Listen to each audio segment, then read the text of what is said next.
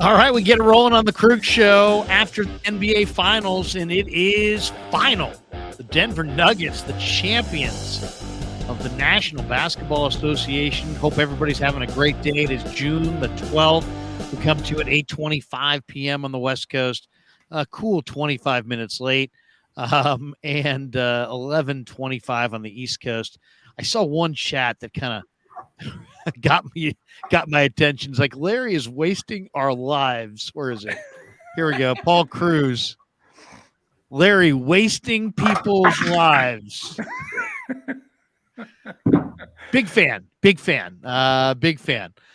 Anyway, sorry we are late, but the game ran a little late, and then I got trying to be obsessed with simply putting together that scroll that you see on the bottom of the screen. It seems so simple, yet it took me so much time. But we have a new sponsor, and that is Marin Auto Glass, marinautoglass.com. Give them a call, 415-883-3030. My good pal Saeed runs a phenomenal company, and I'll tell you, you're driving down the street, you get a pebble that hits your windshield. Now you get a cracked windshield. Or you park in the wrong spot in San Francisco like I did, and somebody just comes along and, I don't know, decides to shoot your windshield out. If that's you and you need a new windshield, what do? Well, the beautiful thing is all you got to do is call that number, 415-883-3030. Marina Auto Glass will tell you, basically, what kind of car you got, what's your model. They'll ask you a few questions, and they will come out, bring your windshield to you where you're at. Wow. And you don't have to you're not driving into Nevada if you don't want to. They'll go to you and change out your windshield while you work. So it's an incredible business. Check them out, marinautoglass.com. And of course, we're also brought to you by Pig and a Pickle, title sponsor of the Krueger Show, Emeryville and Corte Madera. We'll have more on them in a bit. And tonight we come to you after the finals. Frank Red's in the house. Carl Foster's here. Dan Coach Emilio. Cyrus Satsis will be joining us from the balcony with smoke in the background. Carl's got the baby grand going. I love that picture of your house, Carl. It is a phenomenal picture. There. Maybe Carl, if we're lucky, later on in the show, Carl will hit the piano and just play us a little ditty from no, but let's get into it. Hey, what did you guys think? I mean, Denver was clearly the best team in the regular season. They showed in this series they were clearly the best team. What can you say? They're well coached. They're deep. To me, the entire team's in their prime. Once Murray got healthy, this team was going to take it to another level. Jokic is a genius. And some of the kind of the question mark players all rose to the occasion. KCP comes over. He's a very underrated piece to the puzzle. Michael Porter Jr. is an enormous talent. Aaron Gordon as well. But to me, the guy who just absolutely helped win this series was Bruce Brown off the bench. He's just fantastic in every phase, very competitive. And Michael Malone's a terrific coach, and the Nuggets get their first major sports title, right? Or did they win an NHL? They won the Avs win it? I think the Avs might have won it. Yeah, they'd won it before. But the first NBA title for the Denver Nuggets and a great night in Denver. What'd you guys think? Well, don't forget those Broncos, Larry. They won a title. That's right. The Broncos won one. I try to block that out. Actually, they won two. Didn't they? Two. Yeah, they won. They won here. What am I thinking? They won here. They won back-to-back with Elway, and then they won with Peyton Manning. Yeah. With you say Peyton Manning, but in reality, we all know they won with Von Miller. that was actually Manning Peyton. Yeah, that was not Peyton at his best. What do you guys think of this Nuggets team? I mean, a lot of people I've heard a lot of people throw it out on the Bay Area airwaves. Hey, look at the Nuggets. I mean, the Warriors are not that far away if all they got to do is catch the Nuggets. But I don't know. I don't see it that way. I think Jokic is great. I think Murray's a star. They're young. They've got depth. I mean, they've got a lot of talent there. There's no question about it. The Nuggets have what the Warriors had 7 years ago. They have a young emerging star who's got at least a 5 to maybe 8 year runway. They've got a Robin to go with his Batman, who's now healthy and can score in a multitude of ways and can also find ways to impact the game uh, in terms of finding people. They've got two amazing guys. I mean, in essence, Aaron Gordon is the Draymond Green of the Denver Nuggets in terms of being a Swiss Army knife who can do so many things, impact the game on both ends, and he's an incredible teammate. And then you add in the fact that they've got some real talented guys like Braun and needless to say, like Brown. You can call them the Brown brothers. We're still trying to figure out is it Braun or Brown, but Christian Brown's going to be a player. They even have a really young talent, the kid out of UCLA, Watson, who I think is going to turn into a good rotation guy over time. So this actual play could have a good 2 to 3 year run. Needless to say, if there was ever an injury for an extended period of time to Nikola Jokic, of course, that changes everything. But they're going to be the cream of the Western Conference for the next 2 or 3 years. Absolutely. Absolutely. That's why the Warriors, I think, have to do something really different in the offseason. They just can't come back and say, okay, we're going to regroup, redo it again all over again with the same guys, because they can't beat Denver if both teams are healthy, go head to head, because Nuggets are deeper, they're younger, they're faster. So yeah, Denver looks good. And that is the second ABA team besides the Spurs to win an NBA championship of the 4 ABA teams that came over. I think they're very talented. There's no doubt about that. They have the best player in the league. But I think it's a year of proposition. I saw some things tonight and throughout this series to let me know that they're going to be teams that are hunting for them next year. Their execution down the stretch at the point, with the exception of the last game, was not very good. Even the quintessential play tonight, Jamal Murray, he drives to the lower right, kind of contorts his shoulders and shoots kind of a fall away shot that he can make, but he missed that. Bruce Brown gets the offensive rebound and puts the game away, essentially. If Miami gets that rebound, I don't think they win this game. So, they're good, but they got to show up that point guard position. You look at Chris Paul now, and he's out there. The best location for Chris Paul is actually in Denver.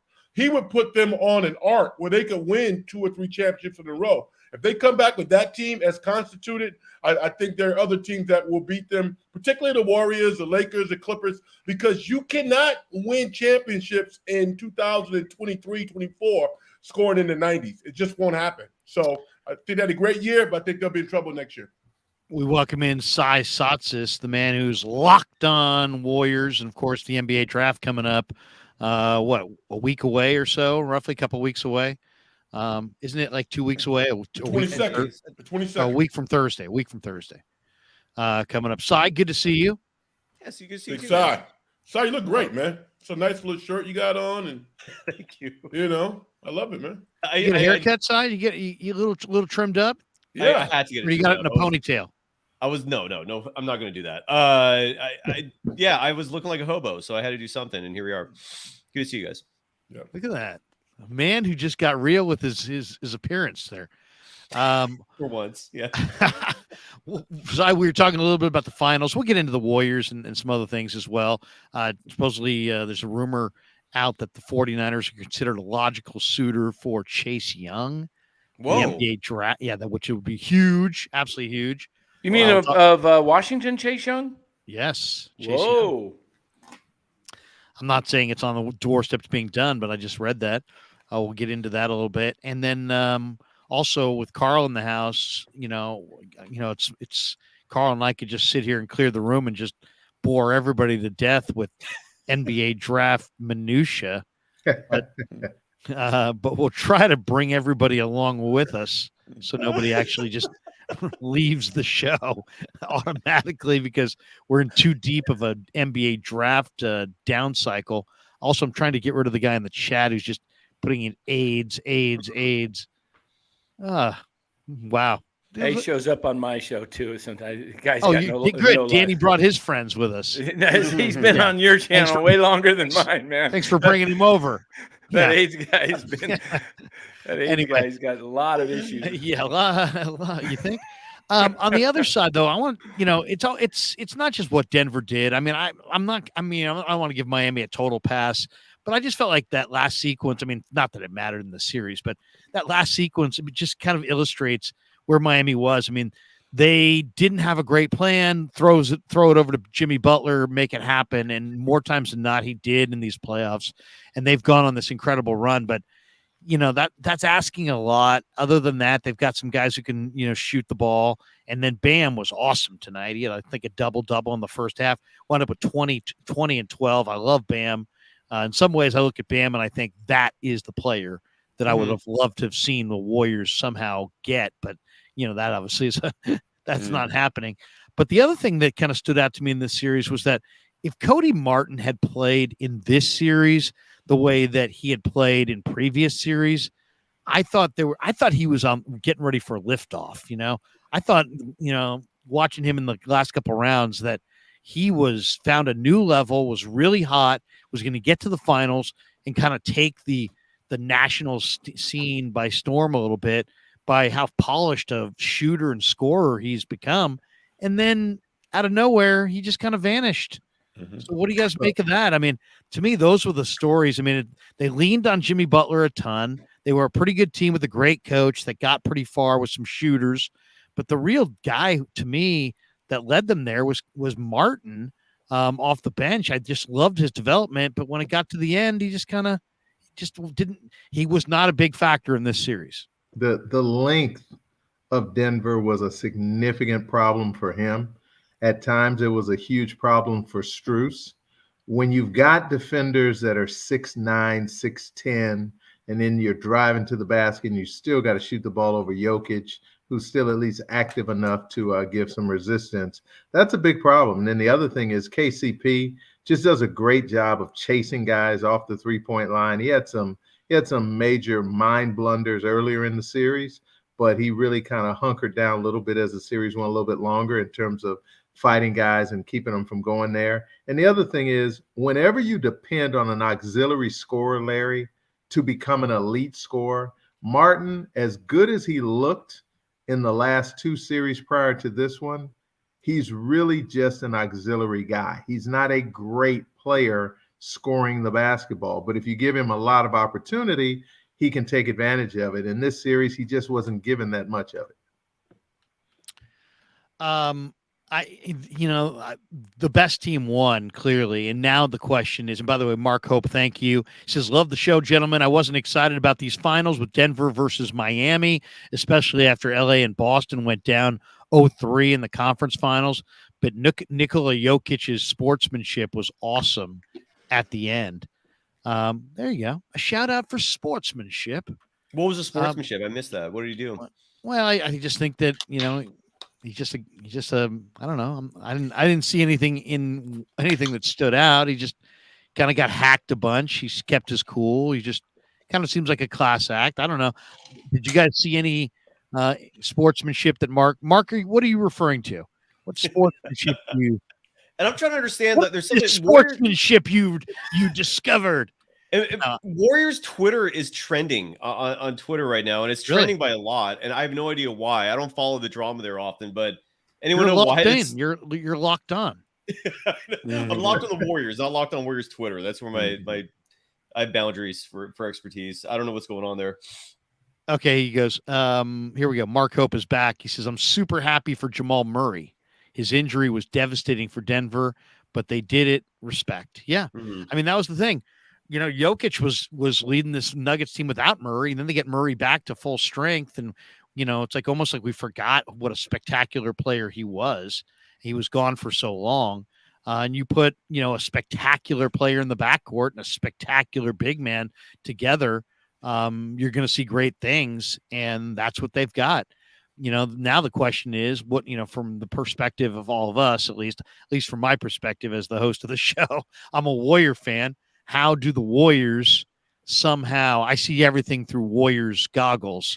If you're watching on YouTube for the first time, welcome to the Warriors channel here. No, but I mean, how do the Warriors match up? What do the Warriors do in the draft to match up? I think that's, we're a week away from finding out, and General Manager Joe, I'm sure, will have a good answer for us, right? Because he's guaranteed we're going to be damn good or something. Or what was it, Si? We will run it back, or what was his proclamation? Who Lacob? Yeah, Lacob. Oh yeah, we're gonna. I can't remember verbatim, but we will win or something. We will win championships. We'll continue winning championships, and but look, when you're ready to get into the Warriors, man, Anthony Slater wrote a phenomenal piece today that was my entire show. Thank you for the content. Go ahead. What is it? Bring your show over here. All right. Well, I don't know if we're ready to move on from NBA Finals yet. We're going to talk more about the finals, but I mean, since you brought up Slater, what did he say? Well, a few things. The most important thing he said in that piece, which is huge, because we've been talking about it on this show. I've been saying this since the Warriors got eliminated as a pontification. I'm wondering what kind of owner Joe Lacob truly is. We're about to find out, right? And Lacob apparently is willing to trade anybody on the roster not named Stephen Curry. That's huge. That means he's committed to doing what it takes to maintain a top flight roster. He's not. That's exciting. I think that's exciting. Yeah, agree. I mean, what do you guys think? I think that's exciting because you know what? I was looking at it the other night, and it's like I'm busy with other stuff, right?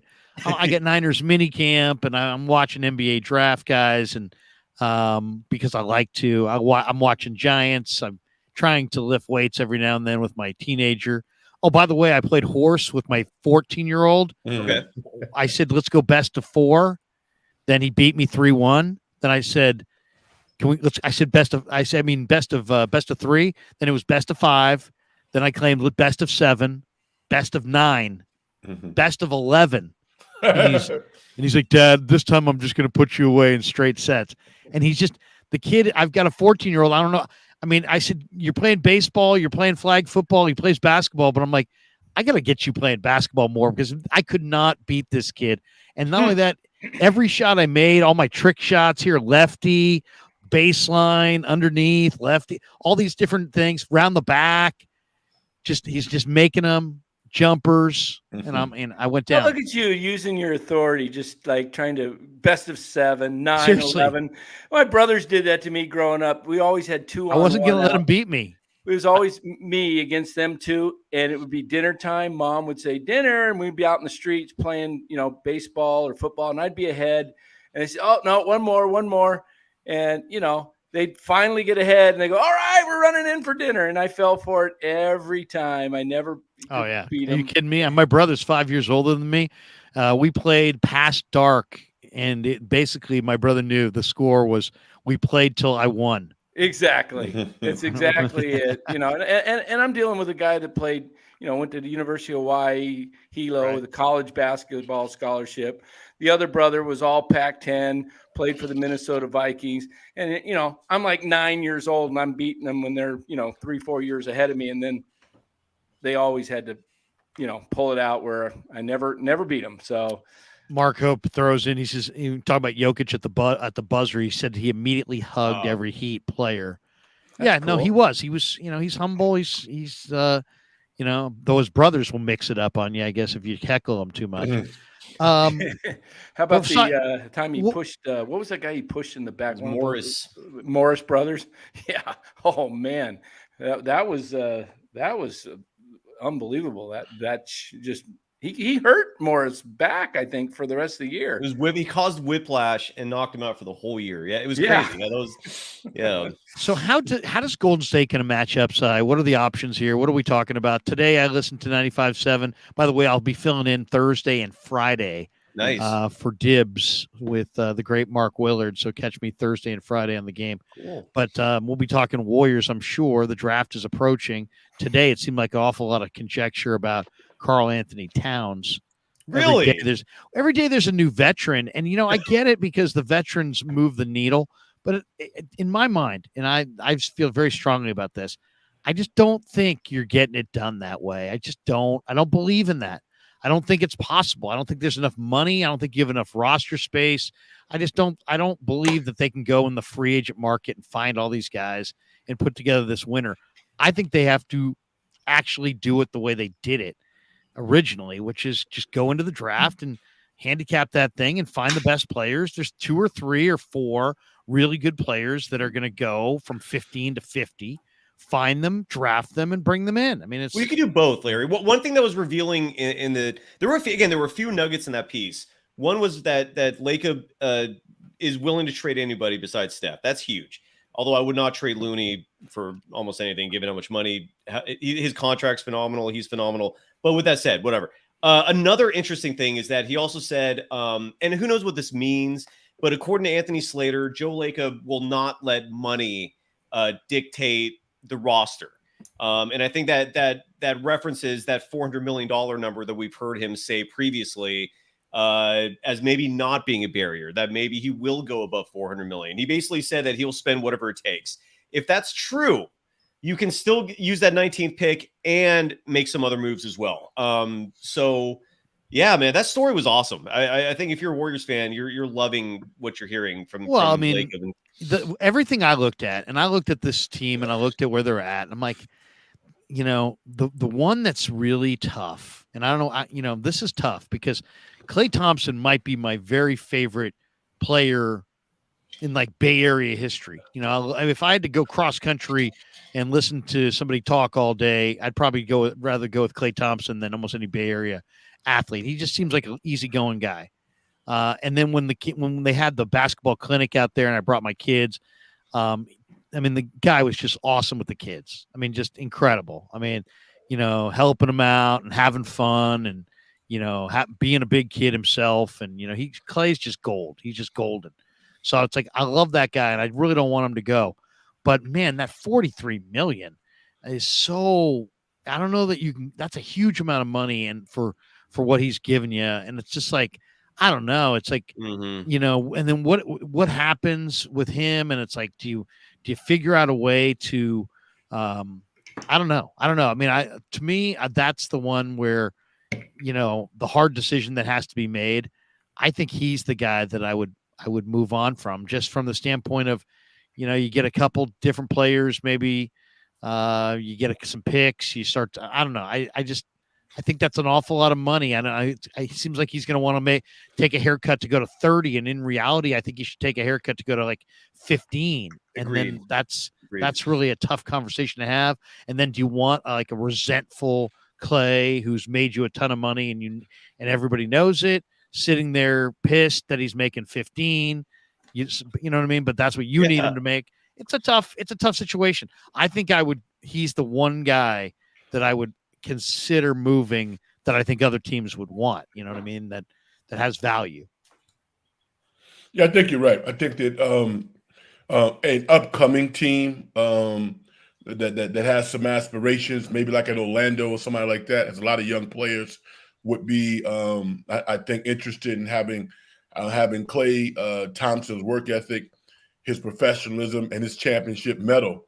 But I think they're going to work it out. I mean, if the Warriors want him to play for less than $30 million a year, I think that they're really doing him a disservice, and it's time for him to go. But I think there is that negotiation. 43 is too much. I think he deserves an extension, but I think it's kind of a 3 for 90 deal because again, I don't think you can name 10 two guards in the league right now that's still better than Klay Thompson. I don't think you can. I want to throw this out there also. But you're saying 3, but what you're really saying is 4 because he's got one more year. So you're saying 3 years after this, that's 4 more. You think Klay Thompson's got 4 more years where he's worth $30 million? No, I'm thinking a 2-year extension, rework the current deal for next year. I got you. All right. So he has a 3-year, $90 million deal with the Warriors. I think that's fair. I think that's what Draymond should be around. Not 3 more years, rip this deal up, and he should average around $30 million a year because I might have misspoke. I don't think that there's 10 two guards in the NBA that are profoundly better than Klay Thompson, even with his shooting dissipating and him not being as good a defender. Now, I'm going to say this, kind of a hot take. somebody might perceive that as such. I think Tyler Hero didn't play tonight because Pat Riley didn't want him to get hurt. I think he's going to be on Portland next year. I think Dame Lillard's going to be on the Miami Heat next year. Really? That would be good. That would be juicy. Butler and Lillard. I mean, I'd love to see Lillard take a shot at a finals. That's for sure.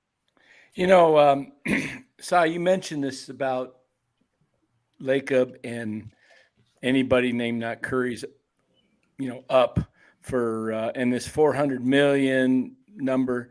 And somebody in the chat said something about, there's a deal against the Warriors. This whole CBA is designed to thwart the Warriors. I think Joe Lacob basically is going to come out and say, F you, I'm going to spend the money and win a title against you trying to stop me from winning a title. I hope so. I think that's why he's coming up. The guy's a super competitive. I mean, what's a few hundred more, what's a couple $100 million or $100 million to a guy that's a billionaire? I mean, 100 really? million, 200 million. Yeah, but it's like to a billionaire. I mean, it's like I know. There's got to be some budget. To me, it's just about make it. The 2 timeline thing was born out of what I believe. This is I don't have any sources, but when I went into that arena with Gary Radnich for the first time, and they give us the tour, and I saw how fancy that thing was, and how expensive it was, and how what they were asking for, and what I mean, it's big bucks, right? And it almost demands that the team be good. And that's what I think drove the kind of the 2 timeline thing. Is the dream for Lacob is not just, hey, win with this team. The ultimate dream was like win and keep winning for a long period of time to pay off our building, because the building is opulent. It's a palace, right? So, and it was expensive. Yeah, so COVID I think that's really put a wrench into that thing. Right. The COVID thing obviously hurt dramatically, but I still think that, they're obviously in a great spot as far as franchise value. They'll make it all back on the back end times, 10 or whatever. And Joe Lacob's going to be just fine. It's probably one of the greatest buying the Warriors might be the greatest investment that he ever made. And he was a billionaire before that. So think about that for a second. Yep. But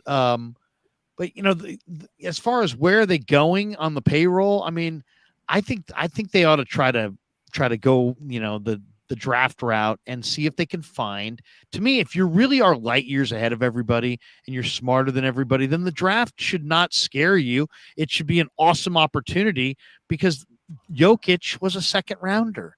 Draymond was a second rounder. There's going to be some great players in the second round. It's just a matter of, can you figure it out? And it's like that. I'd rather take a chance. To me, a second round pick's a lottery pick, as far as like an actual lottery pick, because there's all kinds of speculative players that are moving up and down. I think some of my favorite players in this draft are slated, according to NBADraft.net, to go in the second round. So I'm not, what I'm saying? I personally think that that's the route to go. That's how you got here. Right? The challenge with that, though, Larry, is this. We all know that the focus for the next 2 years for certain has to be make a move, put yourself in position to be in the championship conversation, which means you have to be a top 3 team in the Western Conference, unless you have just a run of luck, like what happened to Miami this year, where they caught fire at the right time, caught matchups in a perfect place, and they just found a way to grind themselves into a championship opportunity. If you look at the Golden State Warriors right now, and I just said everyone's coming back, and guess what? They find a way to get along and to have the exact same agenda. Forget about adding a draft pick. Let's say they don't even find another better veteran. Maybe they add a end of the second unit guy to take, Green spot, Jermichael Green. Could that team be a top 4 team in the West and have an opportunity to compete in a playoff series to get to an NBA Finals? Yes. I say yes as well. And here's the reason. Myself and some others people want to trade Jordan Clark, right? Jordan Poole. I'm Jordan Poole, excuse me. But the reality is, if he goes into his little wherever he goes and gets his stuff together and works on his game and plays as well as he did last year, he's basically a lottery pick because he has that ability. Now, I'm gonna throw a name out there. He's not on the draft board. The guy can play. Someone's gonna get him. He's gonna be in the NBA next year. The Warriors got picked the phone and call this guy. The guy Sunoco on UConn and won a national championship. Their center. Oh, the Sunoga. Oh, yeah. That dude is going to play in the NBA. He's physical. He's athletic. He would be a rotational player for the Warriors right now. He's a good defender. I'm watching the Denver game and thinking of this guy, saying to myself, he's going to play next year. He's not going to get drafted, right? The Warriors signed him for peanuts. I guarantee you he becomes a hit next year. So there are guys out there, like everybody said, there are players out there. You got to do your homework. Did he declare? Is he coming out? Yes. Yeah, he's coming out. You don't think he's going to get drafted at all? Well, he's not on the board. I mean, I think he should. But I think you're right. And let's just say he ends up as a late second round pick, the late 50s, and he gets picked up and the Warriors find a way to get a second round pick to get him. We all know if he's able to get a roster spot, if he could become as functional as Festus Ezeli was during his time as a backup center, no one would complain. But that guy really impacting games and impacting a playoff series, that's a questionable thing. Could he be a contributor? Yes. Does he have a certain amount of physicality? Absolutely. I like his raw elements, but I don't see him in a second round NBA playoff series being a guy who's going to get a long rope from Steve Kerr in order to make a huge impact. So the question becomes, can you find a veteran who can give you some contribution, who you can find out of the scrap heap? Because we both know with the new CBA commitments, as Dan said, it really comes down to teams like the Warriors. They're doing everything to keep them from being able to extend their windows. So it comes down to you're going to have to compete with the primary guys you have, or if you made a move, let's say you did move Jordan Poole. He's probably the most likely of their rotational guys who is going to draw interest from somebody and thinking, hey, we can get a really talented guy and maybe get him on the cheap. Let's say you could trade him and get Kelly Olynyk and maybe another piece from somebody like Utah.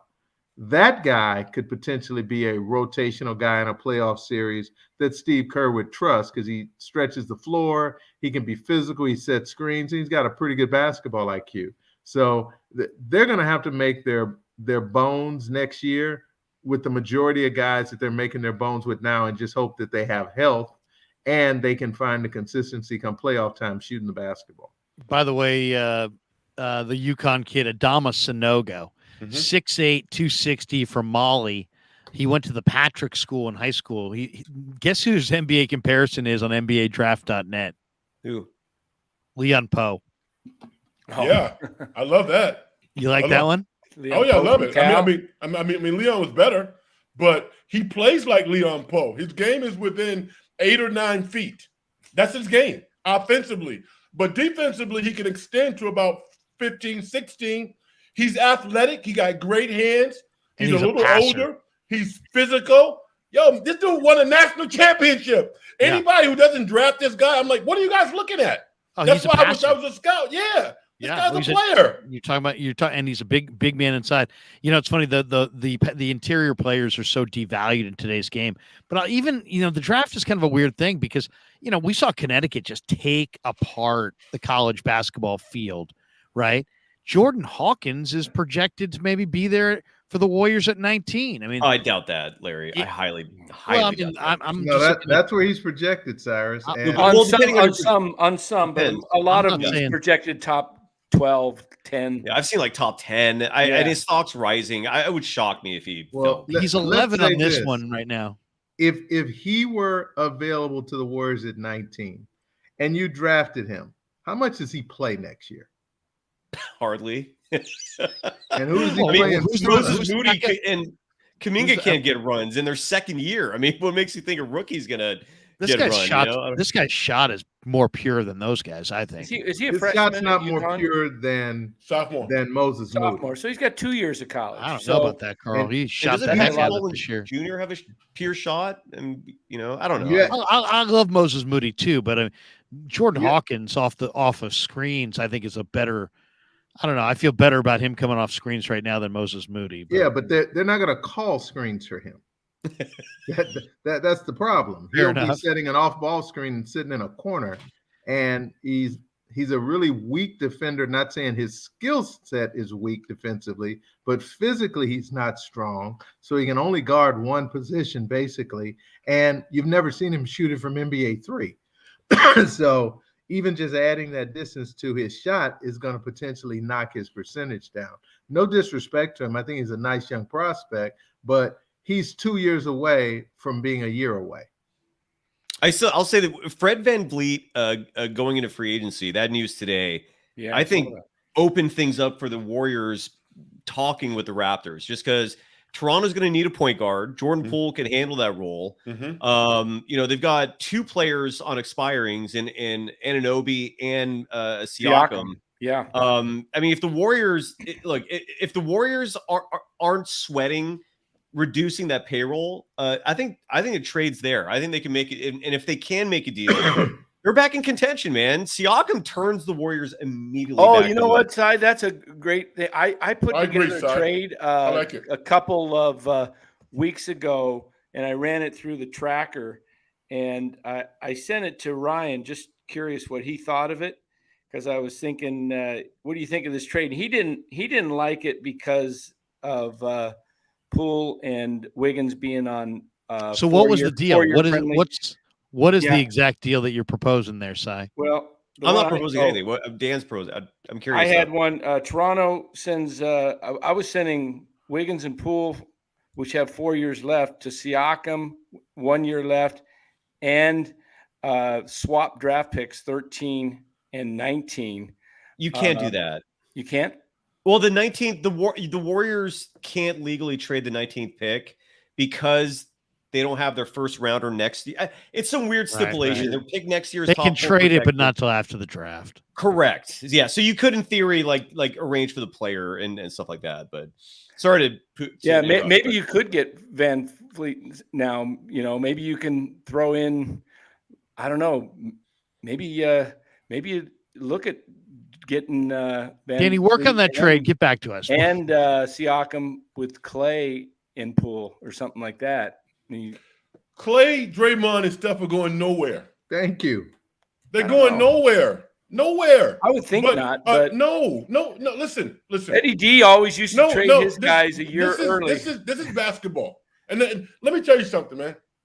Steph, Klay, and Draymond has made the owner billions of dollars. That Do doesn't you mean know- anything now, though. Yes, it does. Why?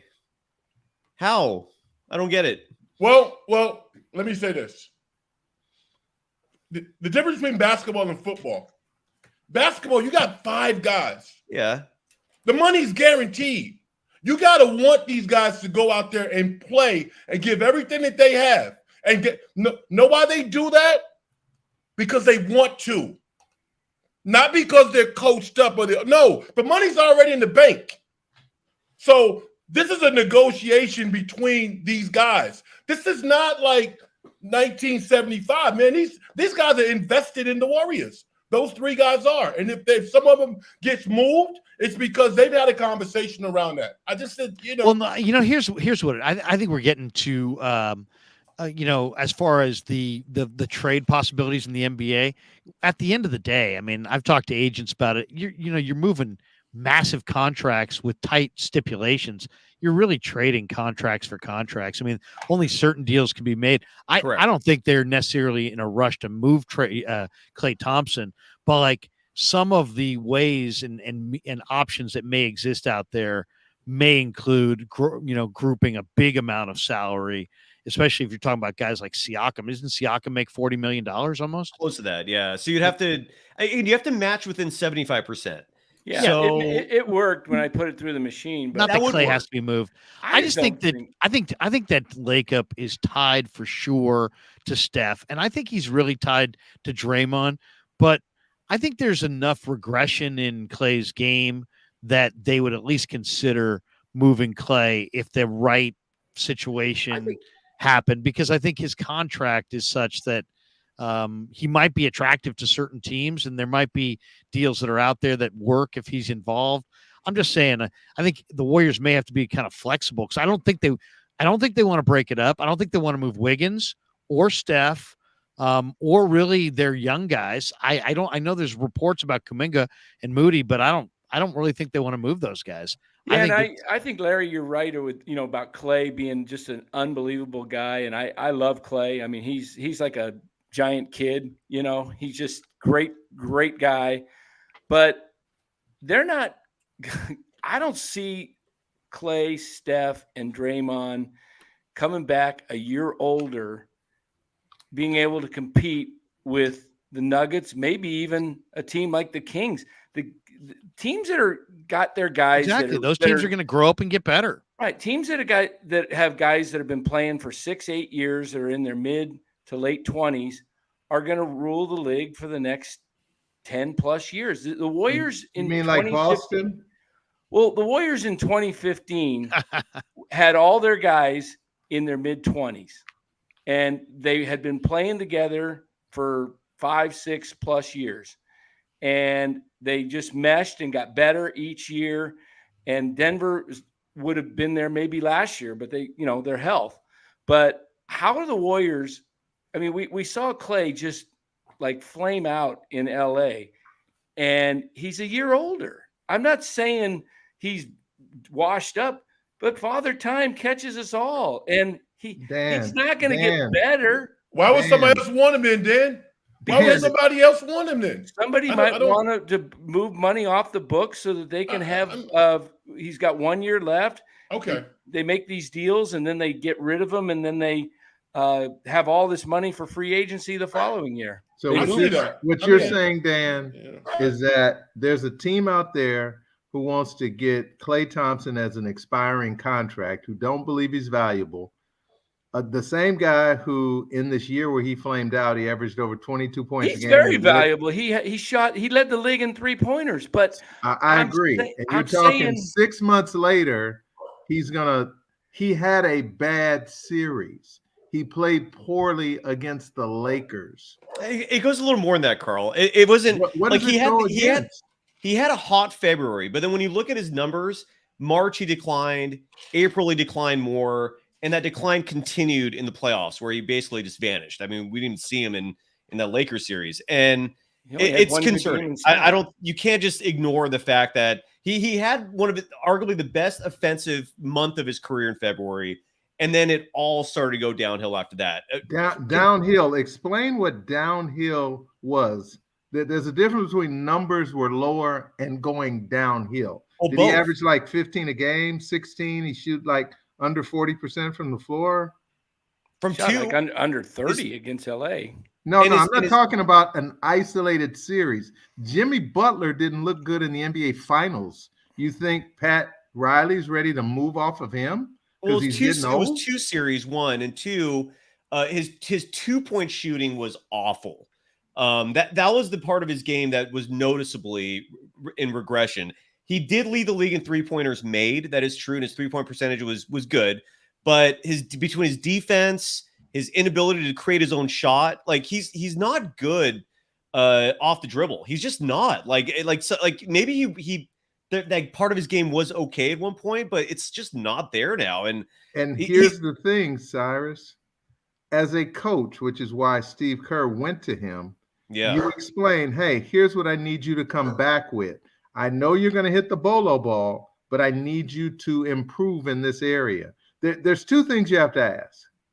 If you don't think the guy is worth having on the team, because it sounds like this is what I'm hearing from you and Dan. This would be a good time to move off Klay because he's in regression. And yet I don't hear a piece that's coming that's going to, one, fit their culture and fit around Steph. That's my Steph's like the sun. everything orbits around how Steph needs to play. So whoever you bring in, he has to orbit around that. I watched James Harden look like straight trash. And yet he's probably going to get a $45 million contract. But he's never going to win a championship. What do you guys think about a big deal to send Klay to? I mean, Southern California, I'm sure, is where he'd like to be. I mean, the Clippers are always looking for help. The Clippers don't have a point. I mean, I don't consider Westbrook a point. Make a deal that sends Poole and Klay there, and see if you can get a deal coming back for Kawhi Leonard. Ooh. I mean, if you want Kawhi Leonard when you're talking about players all of a sudden looking like they don't have a lot left in the tank. I know. I love the idea of Kawhi and Steph playing together, man. Larry, you're. I mean, that's a plausible trade to me. You're putting fantasies in my head, because man. I know, but Foss said something that was interesting. Because when I look at the NBA, I am aware of all of the players, all of them. So I can't just like, oh, okay, we're going to trade this guy and not tell me, well, who's coming back? Because I know all the players. All right. So when you say like the Clippers, that makes sense to me. That's something that Klay Thompson can digest and say, listen, you know what? They're looking after me. And it's time to move on, but they're looking after me. This is a brotherhood. This is a family. So if we're going to talk trades, anything is plausible, but at the same time, it has to make sense and it has to be okay. I see the vision. Just throwing him to the Charlotte Hornets because it works their books? No. I don't see that working. Right. I agree with that. Kawhi Leonard averaged 23+ points a game, and he played in 52 games, and we all know what we saw in the playoffs. I would rather have a guy who's on the floor that you think's flaming than a guy who's if you move move in Poole, street clothes for 30 games. I hear you. If you move Poole in this deal, you'd have to take back Norman Powell probably as well. And Norman Powell on the Warriors might be nice. I like that. He played, 16, 18, 19, and 20. He's got 3 years left after this year, but still, you know what? I mean, I'd make the Powell, Leonard, Poole, Poole deal. Going to do something because they can't keep running it back and doing the same thing over and over again. I mean, let's be honest too. In Southern California, Klay Thompson would sell tickets. And it's a little bit of a reset. It's a freshening. Otherwise, you're bringing back the same team, older, with the 19th pick, and you're gonna sell that you're better. I think Joe Lacob thinks big. I think there'll be some big moves. I don't know if I'm going to get a damage good in Kawhi Leonard, who's on his third knee injury. I'm sorry. Yeah, I mean, okay. I mean, you're right. Things would have to check out physically, but I think they're going to make some. I think they're going to make a bigger move. And the other teams I could see wanting Klay Thompson would be Brooklyn and the Knicks.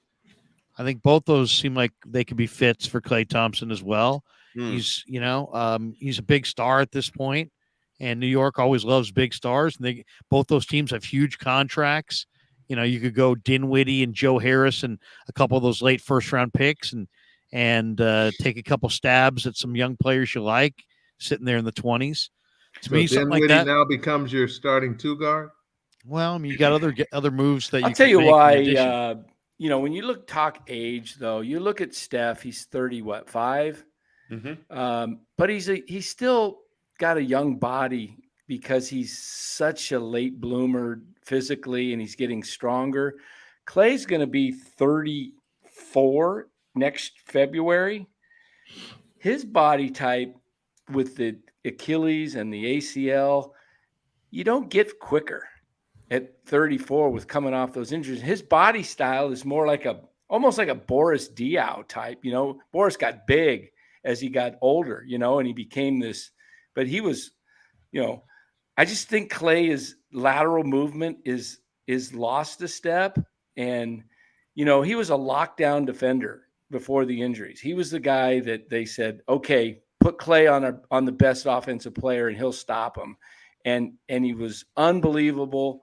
And he's still a great offensive threat, but playing 70 games and then playing 25, 30 in the playoffs, I don't know. He's on the downside. There's no doubt about that. I mean, but again, If you had a Jordan Poole come in and do his job, then the Warriors have been fine. I mean, the Warriors have beat the Lakers, and maybe they could have beat Denver to win 6. The Warriors are not that far from competing, in my opinion, based on what I see. Denver to me, hey, man. I mean, Denver to me has a lot of nice pieces, but let's be honest. They scored this juggernaut. They scored 94 points. This is 2023. I mean, that's not going to happen. I think you get they younger. Shot horribly from 3. They shot 17%. I think if you're going to keep 5 for Klay, 28, what they shot. If you're going to keep Klay long term, to me, he's a guy that would be great off the bench for, remember Eddie Johnson, the guy that used to come in to the sun, just fire up threes, and Klay can be that type of guy, but you got to get younger and have guys that are quicker and more athletic, because who are you? How about this trade? Denver calls you get a call from Calvin Booth, and he says, I'll offer you Michael Porter Jr. for Klay Thompson. You cutting that deal? Yes. They make about the same amount of money. Yes. And then where are you going to play Michael Porter Jr.? Who cares? I mean, I'm asking. Where are we going to play him? Game now. 4? Well, you just move 2? Wiggins. Wiggins is a natural 2 anyway. I mean, first of all, like, positions to me are just social constructs, right? Like they exist to explain the game easier. You could literally don't just make it complicated, Si. So you're going to play Wiggins at the deuce, and you're now going to play Michael Porter at the 3. Yeah, exactly. And who's Michael Porter going to be guarding? I don't know. He's going to be guarding elite 3s. How good is he at doing that? They just won a title, Carl. I don't know and how did he play in the last series you just How did watched? Klay play in the last series? No, I'm asking you, how did Michael Porter Jr. play? He didn't play great. But you need someone. But he hit one 3-pointer in the last 5 games. But you need someone who's going to carry the team in the regular season. He could do that. He gives you size, which the team desperately needs. He's young. Would you not make that trade? I would not make. Would you make that trade, Red? That's a gimme. No. And the reason why I would make the trade he's an atrocious defender. Yeah, the reason why I would make the trade has nothing to do with Michael Porter Jr.'s talent. It has everything to do with how he sees himself as a player. And I think that would be problematic, because I see him quit on plays. If not consciously, then unconsciously, which is why Christian Braun finished the last 2 games. All right. Now, I mean, and also, boss, let's talk about, I don't expect Steve Kerr to come back and be the same Steve Kerr. I expect him to do some due diligence, look internally, and look where he screwed up. This idea that you can't play young players, what is Christian Braun? The guy's a rookie who was drafted with the 21st pick. You play. It's not about you can't play them. If Christian Braun was complaining to Michael Malone, do you think he'd have been on the floor? No.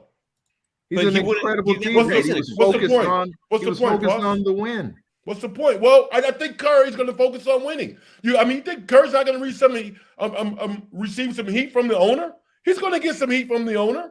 Bob Myers not there. I think Curry is looking forward to coming back and redeeming himself next year. I don't think Joe puts too much heat on Steve Kerr, because Steve Kerr is just going to say, "Fine, I'll just walk." Who's going to get the 15 calls at 3 a.m., Dan? Steve Kerr ain't taking that. Yeah, it's funny though. Joe hasn't named a general manager, and obviously, this is kind of his draft. This one's his baby. Well, it's official. That was another thing that was in that article as well, is that Dunleavy's official. The topic of who's calling the shots was brought up. Now, look, I reported this last week on Locked On Warriors. This article merely confirmed it that Mike Dunleavy Jr. is the interim GM, not officially, but that's the role he has. And then Kirk Lacob is unofficially president of basketball operations, but Joe is making the final shot, calling the final shots. He's in charge. Of course he is. Of course he is. I mean, it's like that's what this was about. And if anybody who says anything other, I'm like, I wouldn't be surprised if this is not only Kerr's last year, but possibly Steph's. This thing could blow up like the Cowboys. Steph's last year with $100 million sitting there. Are you kidding me? Not hey, Steph. What? Hey, I mean, if he wants out, if he says, if Lacob starts calling Kerr 15 times a night. All right, that had to be muted. There's not too many things. I haven't muted Danny in a while. I mean, seriously, Danny and I go way back. I mean, I mute because I love, because where that was going is, we can't go too far down. We don't want to be picked up on bad broadcast or whatever, awful announcing. There was this guy, and the headline is Krueger show says Steph is gone. No, can't do it. Rob C. Dan on a timeout. Rob C. Wait, G. Martinez. Yes, mute. Rigged. Tough love. Rob C. Dan, timeout.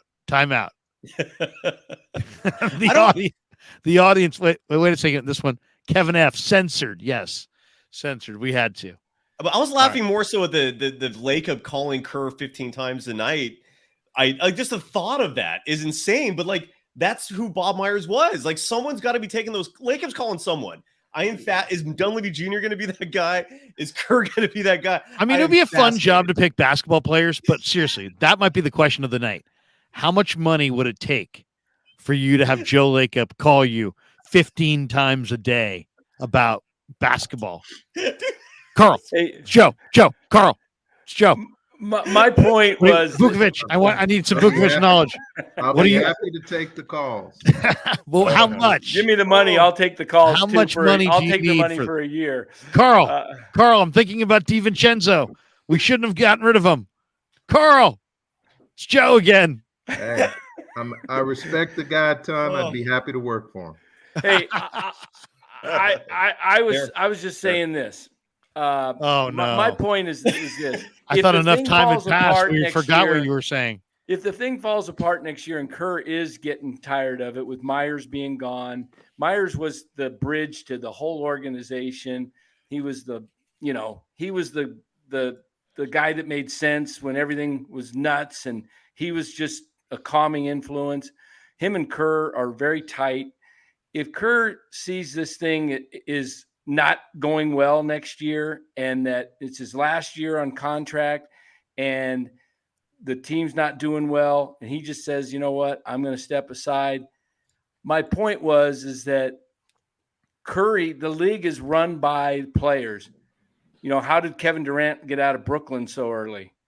If Curry says, you know what, I want to, this thing is, there's nothing left for me but to play my last 2 years in a dying franchise, he might say, I want out. That's all I was saying. But Dan, think about this, though. Look at the all-time great players in the history of basketball. How many teams did Bill Russell play for? One. How many teams did Kobe Bryant play for? One. So my point is, it's like, in this era, I think the thing that differentiates Steph from the Durants of the world, from the LeBrons of the world, is the fact that he's played for the Warriors his entire career. Yeah, I hope he retires here. And I don't think that happens. Yeah, okay. I logically don't say that's going to happen, but I'm just saying it wouldn't surprise me if I've seen organizations fall apart overnight. I mean, the Bulls, Michael Jordan played for the Washington. Why did Michael Jordan leave? Because the whole thing just caved. Okay. I dig that, but there's only a few teams, and you're talking Lakers, you're talking, and those teams would have to be on the cusp of actually winning. Like, he probably loves the Charlotte Hornets. Is he gonna go play for the Charlotte Hornets when he's at the apex of his game? I don't, plus there's so much money here, and he's so ingrained. It would have to take. I don't think he does, but I say this. Steph's not going anywhere. I don't think he is either, but I could see this organization, if they don't do something different. I'm sorry. I had to. I did it for the rest of mankind.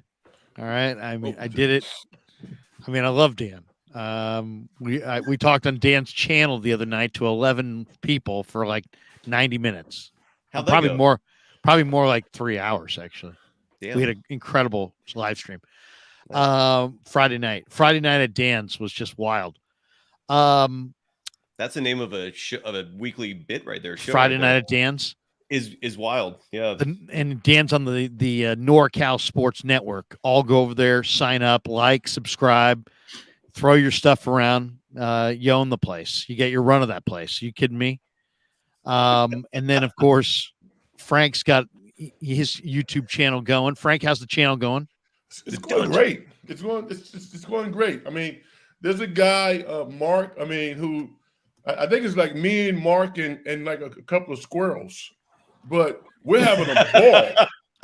I mean, listen, the guy's like in the chat talking to me. I'm like, yo, man, because I'll just show up at like 12 a.m. and just say, you know what, I got to get my reps in. Like a boxer who's out there running. Right. For 30, 40 minutes. I will talk for 30, 40, 60 minutes because that's what we do. Right. I won't have a guest until I have 100 subscribers. I got 43. I will not have a guest until I have at least 100. And when I show up, I just show up to talk, and I do 2 hours of show prep, man. This is fun, man. Don't look at it as how many people are watching at the time, because you could put out the greatest show of all time. Absolutely. And that show could be digested by like 400 million people. And you could have done it live for, me, Cy, and Carl. Even lock Danny out. No, I'm just joking, Dan. Did I unmute Dan? Yo, Danny showed up to my show when Coach, thank you, man. Yeah, that was good. You rapped for a whole hour by yourself, man. That was nice. I did. Yeah. I love it. So hey, we do you guys have anything else you want to add to the finals before we kind of jump more into the Warrior front? What's more interesting to you guys right now? Talking about tonight's finals game in Denver and their championship win? What's more, or what Golden State's doing, their direction, who they're going after, drafting? Let's talk about the Nuggets for the next hour and a half. I'll say this about the Nuggets. Talk Nuggets? Should we talk Nuggets? I'll say this about the Nuggets. 6, 8, 12. I mean, come on. What? The only player in the Nuggets, though, that has substance who might be leading is Bruce Brown. That's it. So they're going to run it back next year, man. And whatever strategy you talk about with the Warriors for next year, you have to keep the Nuggets in the picture. So it's like whatever absolutely. They're the champ. You got to. One of the big questions is, how are you going to stop Jokic? How are you going to stop a front court that has Jokic and Aaron Gordon? This is where I keep saying the Warriors have to get bigger. Who do the Warriors take at 19? Clark Sarge says, let's talk draft. He says, let's talk draft next week. Oh, okay. Sorry. There is no strategy to stop Jokic. You don't stop the best player in the game. You try to find a way to limit what other guys can do. And in this particular series, when Miami did a great job on Jamal Murray, they were highly competitive. When they tried to focus on doing anything with Jokic, and the officials were letting Miami get away with roughhousing all series. I mean, there was so much grabbing and holding and impeding of progress. I mean, it was kind of embarrassing at a certain point. I loved it. It was extra physical. They did let it go. I mean, I loved it. Because I'd love it if you let Denver play that way. Jokic does the same thing offensively. This guy runs into defenders with his knees going in people's chests, his arms flailing, and because he's such a great offensive player, he's able to contort and see the basket and put it in. He's a very physical offensive player. If I am the Phoenix Suns, hey, as much as I love Monty Williams and great role model, that was embarrassing to lose to the Denver Nuggets with their personnel in 5 games. Are you kidding me? Anybody. That's why they went out and got the coach that they got. What's his name? I can't think of his name right now. Who? Frank Vogel. Vogel was like, let me coach this team. Are you kidding me? You got KD, Booker, DeAndre, or Ayton, and you're going to lose in 5 games against Denver? Well, 6, wasn't it? I think. No, was it 6? It was 5. That's it. That's all they do. They go 3 deep. That's it. No. What it was none of their best players played any defense. Right. That's what happened. So Phoenix, and now they're going to do one of the most colossal blunders ever by getting rid of Chris Paul for nothing. And then a lot of basketball people are like, hey, Mr. New Owner, hold on for a second. Let's think this through, right? So now they're like, oh, well, we don't know. Chris is we want to talk about how you're such a great part of the community again, because that would be a colossal mess if they did that. There's people suggesting the Warriors ought to go in the direction of Chris Paul. To me, 38, I don't want to see that older player here. I really don't. I know there's a lot of talk of getting that one more ring for Steph, but do you have to go? I don't. Well, to me, Chris Paul makes them not as good defensively. Plus, he's 38. You're talking about next May, next June. How healthy is Chris Paul going to be? Because that's what it's all about. And I don't feel great about that. There's got to be better options out there. But let me ask you this: would you hate the idea of Chris Paul if you're getting him for the veteran minimum and he's your backup a point guard to replace Jordan Poole, who you trade for? No, that would be nice. Saying? Like, I wouldn't mind Chris Paul if he comes in that role. But if you're bringing him in as like your savior, hell no. I mean, no. He's not going to be the difference in the Warriors. What are you going to have to pay him? What's he going to make? Don't forget about what he makes. The question is, what role does he play, Larry? Backup. And is he willing to conform to the style the Warriors play? Because they don't play pick and roll basketball like that. So you've got to find a slightly different way for him to be able to impact the game. Is he willing to play off the ball a little bit more like he did with James Harden and be more of a spot-up shooter? He's clearly not the defender he used to be, but he's at least physical and he's scrappy. The question becomes with what I think Dan said, it was either Dan or Cyrus, if they move off Jordan Poole, because he would clearly be playing in the role that Jordan Poole plays now in the second unit, and you might not have DiVincenzo. So if that's the case, who are you bringing back that's going to bring you the offensive firepower, who's also got some versatility? I mean, could you trade Jordan Poole to Toronto and maybe find a way? Is OG Anunoby able to be gotten with a trade, or does his contract status not allow that? So those are the kinds of questions that have to be asked. Because if you're going to bring Chris Paul in here, he has to come with somebody that's going to help make your team better. Unless he's bought out. If he's bought out, and then you could just get him for a veteran minimum.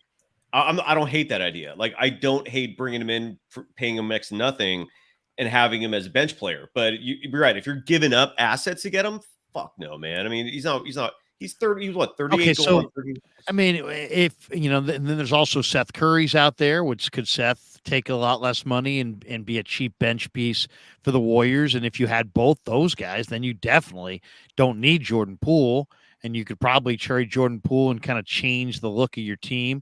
Maybe give yourself more of an athletic front court player.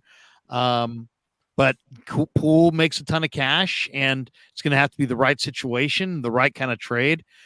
That's going to be very difficult to do. And by the way, I saw highlights the other day of Kuminga just in an open floor gym shooting around, and it's like, I'm telling you, that's not the first guy I'm looking to move. I think I would try to just kind of chalk up last year to a lost year and start fresh. I don't think I would move him. There's a lot, Larry. There's a lot of footage. Not move him. There's a lot of footage of Kuminga. He's on a tour right now, but he's doing both individual workouts and scrimmages. Like there's another video where he's in a scrimmage with Andre Drummond. He looks good, man. His release got quicker. His handles are sharper. Mark Hope in the chat, by the way, writes that the Warriors can't get bought out guys. Yes, they can. I mean, they would just be under the veteran minimum. So you can still get veteran minimum deals. I mean, regardless of how else are they going to get guys in the roster? Yeah. You got to have guys in the roster. Jonathan Kuminga is going to be on this roster, I believe, because he's the one guy on the roster who could make the biggest jump. Jonathan Kuminga next year could end up averaging 16.5 points a game and 7 rebounds a game, which is the kind of jump the Warriors need if they want to be in that championship mix. Because if you do have veterans, and let's just assume for a moment that Klay Thompson and Dre are still on this team. I think both Red and I are in agreement in that regard. You need a guy who can make a jump. If Jordan Poole wants to stay here and he's willing to admit, hey, I might not have had my focus where it needed to be after everything I went through. I'm totally dedicated to being with this franchise. I want to be here long term. I'm committed to what we're doing. He and Draymond and the rest of the group figure out whatever kumbaya meeting they need to have to move forward and focus on the same agenda. If you have Kuminga and you have Jordan Poole bringing you firepower, and you can find some veteran, I don't care who it is, who can play a role up front to kind of help up front, because they have to figure out what are they going to do up front. And then they have to just hope that either Moody or PBJ, one of those guys makes a jump as well. And I think it's more, I'm not saying that Rollins won't be on the roster, because I love Ryan Rollins, but they're going to need a guy that makes a real impact, that's got that veteran savvy. It's probably not going to be, in essence, a rookie point guard. So that's what they have to find, another guy who can help them up front. You know, who's going to be able to do that? Because can we expect Kevon Looney to play another 90-game season plus? I mean, there's the potential you could have to go a period of time without Looney, maybe if he had a small nick or neck type injury. So there's going to be some movement on the edges, but I believe their core is going to be there. I know this is great to talk about, big talk about Joe saying, hey, everybody's available but Steph. But hey, if you ask Stan Kroenke right now, quietly in a quiet room, he'd tell you everybody's available on the Nuggets except for Nikola Jokic if he could get the right pieces. So all that stuff, man, when you're in the owner's chair, you got to be willing to take a look. But at the end of the day, you got to put together a basketball team that can have a chance to be a top 4 team in this conference. I like their mix, but I think they need it freshened up. And I don't see a lot of options to freshen it up if you're just going to bring everybody back. Now, Curry, I would bring back. Thompson, Green, I want to extend. I like some of the young players. I like Rollins. I think Rollins has got a lot of potential, and I like PBJ. I just think ultimately, Kerr's got to have a little bit of a self-reflection on what he's doing and how he can bring some of these young players along. And I think it's also incumbent on the Warriors to go get either, some skilled young players and some guys who are ready to contribute. In this team, there's no real reason. You can't waste spots with guys who really just can't contribute. So you got to find guys who can contribute. And then that oftentimes means a little bit more skilled basketball players. Well, not necessarily. You talked about Christian Braun. Christian Braun is not a highly skilled player. Like Reeves from the Lakers is more skilled than him, but he has one skill that we all love. He stinking gets after it. That's a skill in today's basketball, though. Oh, no question. That is just something that you love. Skill. Yeah, you just have to have a bench that complements one another. You got to have somebody who's a defender. You got to have a shot blocker. You need some rim protection. You got to have a secondary ball handler. You got to have perimeter shooters. You got to have all these pieces. But to me, I think you get, it's so speculative and so hard to hit in the draft. You just got to find what's there that you really believe in and add those players and just keep adding good young players while also pursuing these veterans. So, we'll see. I mean, I haven't, is there a veteran that you would target and go for this offseason? Because today there was an awful lot of talk about Karl Anthony Towns. I've heard, Danny threw out Siakam. Yeah, but those are upper end players. You're not getting them without making a major move in your roster. You need somebody on the edges, somebody who can come in and play backup 4, backup 5, that brings something. Hey, JaMychal Green brought some good things, but he had some struggles this year. If JaMychal Green wanted to come back, could he still be valuable in a role? Of course. Let me ask you guys this here, because Philadelphia is, they haven't been able to do it. They haven't been able to get past the second round for how many years with Embiid. And now it looks like Harden is going to either go back to Houston or he may end up somewhere else. Would you, if you're the 76ers, would you trade for Klay Thompson to replace Harden and the Warriors get Tobias Harris coming back? I don't want Tobias Harris. Why would you want Tobias Harris? It's not a defender. Not really a consistent offensive player when you need him. He's a great human being. He's a pretty good basketball player. Well, who are you trading for him? I missed the proposal. Klay Thompson. Well, the reason I said that because Philadelphia is going to lose Harden. They're going to need somebody to No, I have mean, if I'm Philly, I off want guard. it. I like it if I'm Philly. I love it. Could you get somebody else in the deal if you're coming back, like a Maxi? No, He's only You're not making like getting $2.5 Maxey. million. No. You've already got a Maxi. His name is Jordan Fields. Like, No. no. The trade, Patrick Yeah. Sheehan's like Dan in his trades. LOL. Hey, I'm just saying they got to do something different. I don't think do. this team comes back the way. If We they gotta just have a bring it back, sounder. We I gotta don't have a think they're gonna sounder win. for Dan's trades, like something that announces it. Dan. Here we go. I got something. A laugh. What do you think of this? Dan's got a trade, everybody. I hear laughter coming. Dan. Hey, Dan. Trade.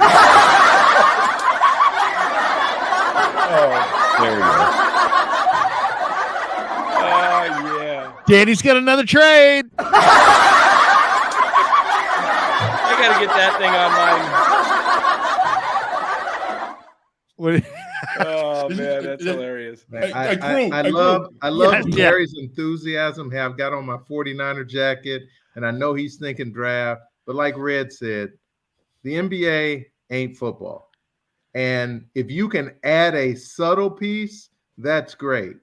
But it's hard to add a piece, and it's definitely hard to pray that you're going to hit the lottery and get a top 20 all-time great player in the second round at 42. Hey, if you could find Dennis That's what you should be looking for, because that will change your franchise. Draymond Green is finding Nikola shaped trade- Jokic in the second round, Yeah. which would beg the question, why didn't he go in the first round? I wish the Warriors had a second-round pick, though. I think this is the year. That guy is out there. I mean, maybe not Jokic, but somebody can come in and he's going to have a nice career. That player is out there. Yeah, I'm looking at the second round right now, NBADraft.net. Now, I've watched film on a lot of these guys. I think these guys come. The they're not kid out from- there who like played every the- year. The I kid mean, who played in Draymond the G Green- League, CD Sissoko, 6'8", 200-pound, two guard, is crazy talented. Very, very talented. The Santa Clara kid, Brandon Pozemski, that Duff reps, has got a lot of talent. I mean, he really can. He can shoot the heck out of it. Bailey can play. Amari Bailey could be a third or fourth guard. Amari Bailey can play. Yeah. Isaiah Wong from Yeah. Miami. Are any of those guys ready to take minutes from Moses Moody, Jonathan Kuminga, and Patrick Baldwin. I mean, PBJ. Patrick and Baldwin those showed three. me nothing. I mean, Patrick Baldwin has showed me nothing. Hopefully he And won't. so has the guy who's playing in the G League or the guy who's playing in college. They haven't shown you anything in the NBA yet. It's Well, a hoop. but Carl, I think we would all we'd all admit that if we went back and looked at the last 15 years of the NBA draft, there's just as good a players sometimes in the 30s and 40s as there is in the teens. I mean, they're the lottery picks of the lottery picks, but you know what I'm saying? And it's just Not like normally. it's Not a normally. Yeah, Well, there's I mean- only been like in the last 10, 12 years, you're talking about Jokic and Draymond Green in the second round that have been like all-stars or, I don't know all-NBA. about that. I mean, How many, that's the how many that's the other two that guys we in the can second think of right round- Fred now. Van Fleet was not drafted. That we know that you can find a You player. find who can him, but he's contribute. not a difference You're not- maker like Green. You're and not Jokic. likely. Well, they out don't of have a 30 second round pick. teams, be the team that's going to draft the guy who's got Hall of Fame potential. And even if he does, he's not going to be that player in year one. well, even If if, I mean, you're even counting on even the if team we're not, it's turning not it's around not with a about Hall of second-round Fame. pick, I It's not- think you're smoking something because No, the Warriors are the 19th pick. Okay, according to NBADraft.net, guys that are on the board that I think are interesting that they could be choosing from: Trace Jackson Davis, Dale Davis's kid, doesn't have any kind of a perimeter game, but he's an undersized 5, quick jumper, rebounder, shot blocker, underrated passer, really good athlete, good kid, kind of a broad-bodied kid who might be able to put on weight, but he's not a guy that's going to shoot the ball. He's there. Leonard Miller's there. Very, very intriguing G League player, I think. Very good. Keegan Murray's brother, Chris Murray, is very similar to Keegan. I mean, he's a combo forward, probably a stretch 4, a little undersized, but a beautiful shot. He'll be on the board.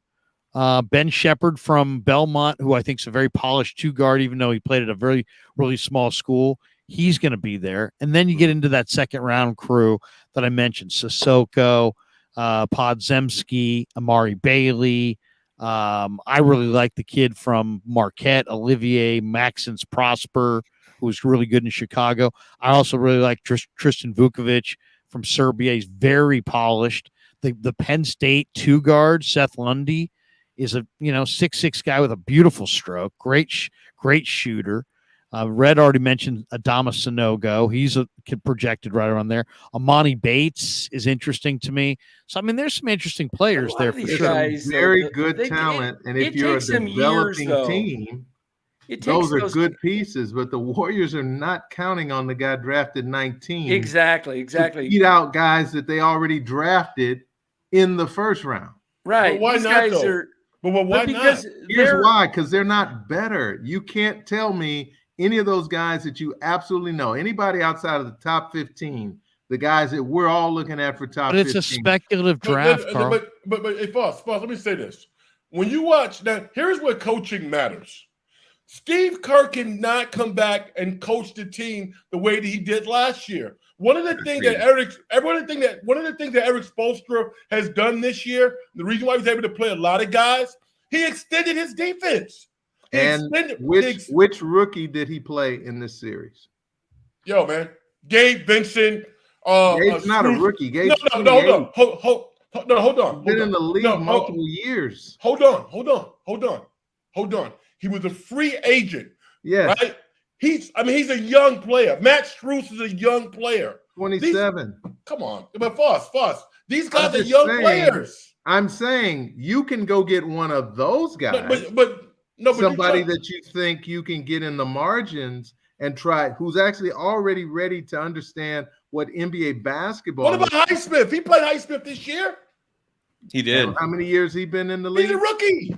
And how much did he play?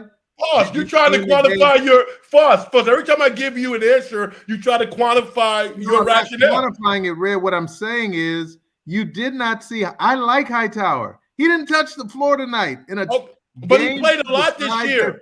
And yes, he saw minutes. Moody saw minutes, but Moody is not a rotation guy that he will be next year. But let me say this, though. Part of the reason why he's not is because Kerr was fixated on not playing these guys. He's going to have to play these young guys because the wear and tear on the veteran guys this year was obvious. If he coaches the Warriors the way that he did last year, it's going to be real bad. I'm telling you, because you got to get those guys based on their capacity to be able to do what you ask and be totally connected. Why can't he evolve as a coach? Connected, and this year they had a lot of disconnects. We all know that. They've all admitted it. Multiple people have admitted that was a big challenge. I'm not denying talents in the draft. I'm not denying that there aren't guys in the margin. What I'm saying is, if you're going to be challenging for a top 4 slot in the Western Conference. Let's stop saying that. We need to stop. Seriously, I think your premise. But I think your premise is wrong, because there are teams that are going to, and older teams get worse in the offseason, younger teams get better. The teams like the Kings and these are ascending ball clubs. Right now, the Warriors are somewhat of a descending group.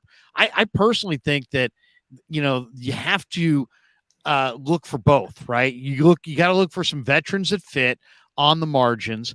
But if you really look at it, you have the trade market. The free agent market is really not open to them unless they get guys on the minimum. Right. And that's a very unique player, right? Oftentimes a very old player ring chasing. So that, I don't know that you can, lean on any minutes from free agency. So you either have to make some really intelligent, creative trades or find some pieces in the draft that can make your roster. And I totally get it, what you're saying, Carl. You're saying, it's very unlikely that guys in the draft are going to be able to impact your rotation. And I totally get what you're saying.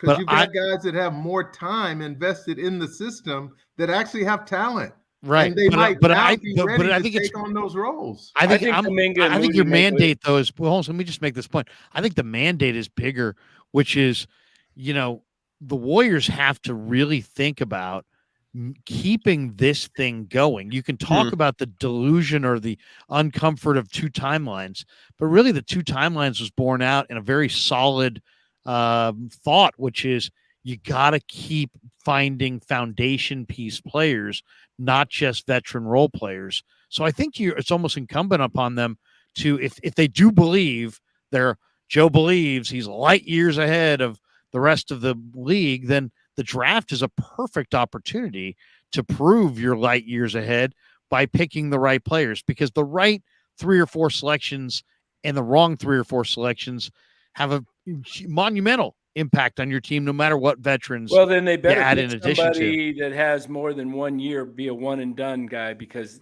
that guy's not going to be ready to contribute next year. They need a guy that's they need a polished player. They need a skilled player that's ready to contribute. And what roles do they need? Now, Draymond's going to be the 5 or Looney's going to be the 5. So that they need some 4 that can be an offensive player.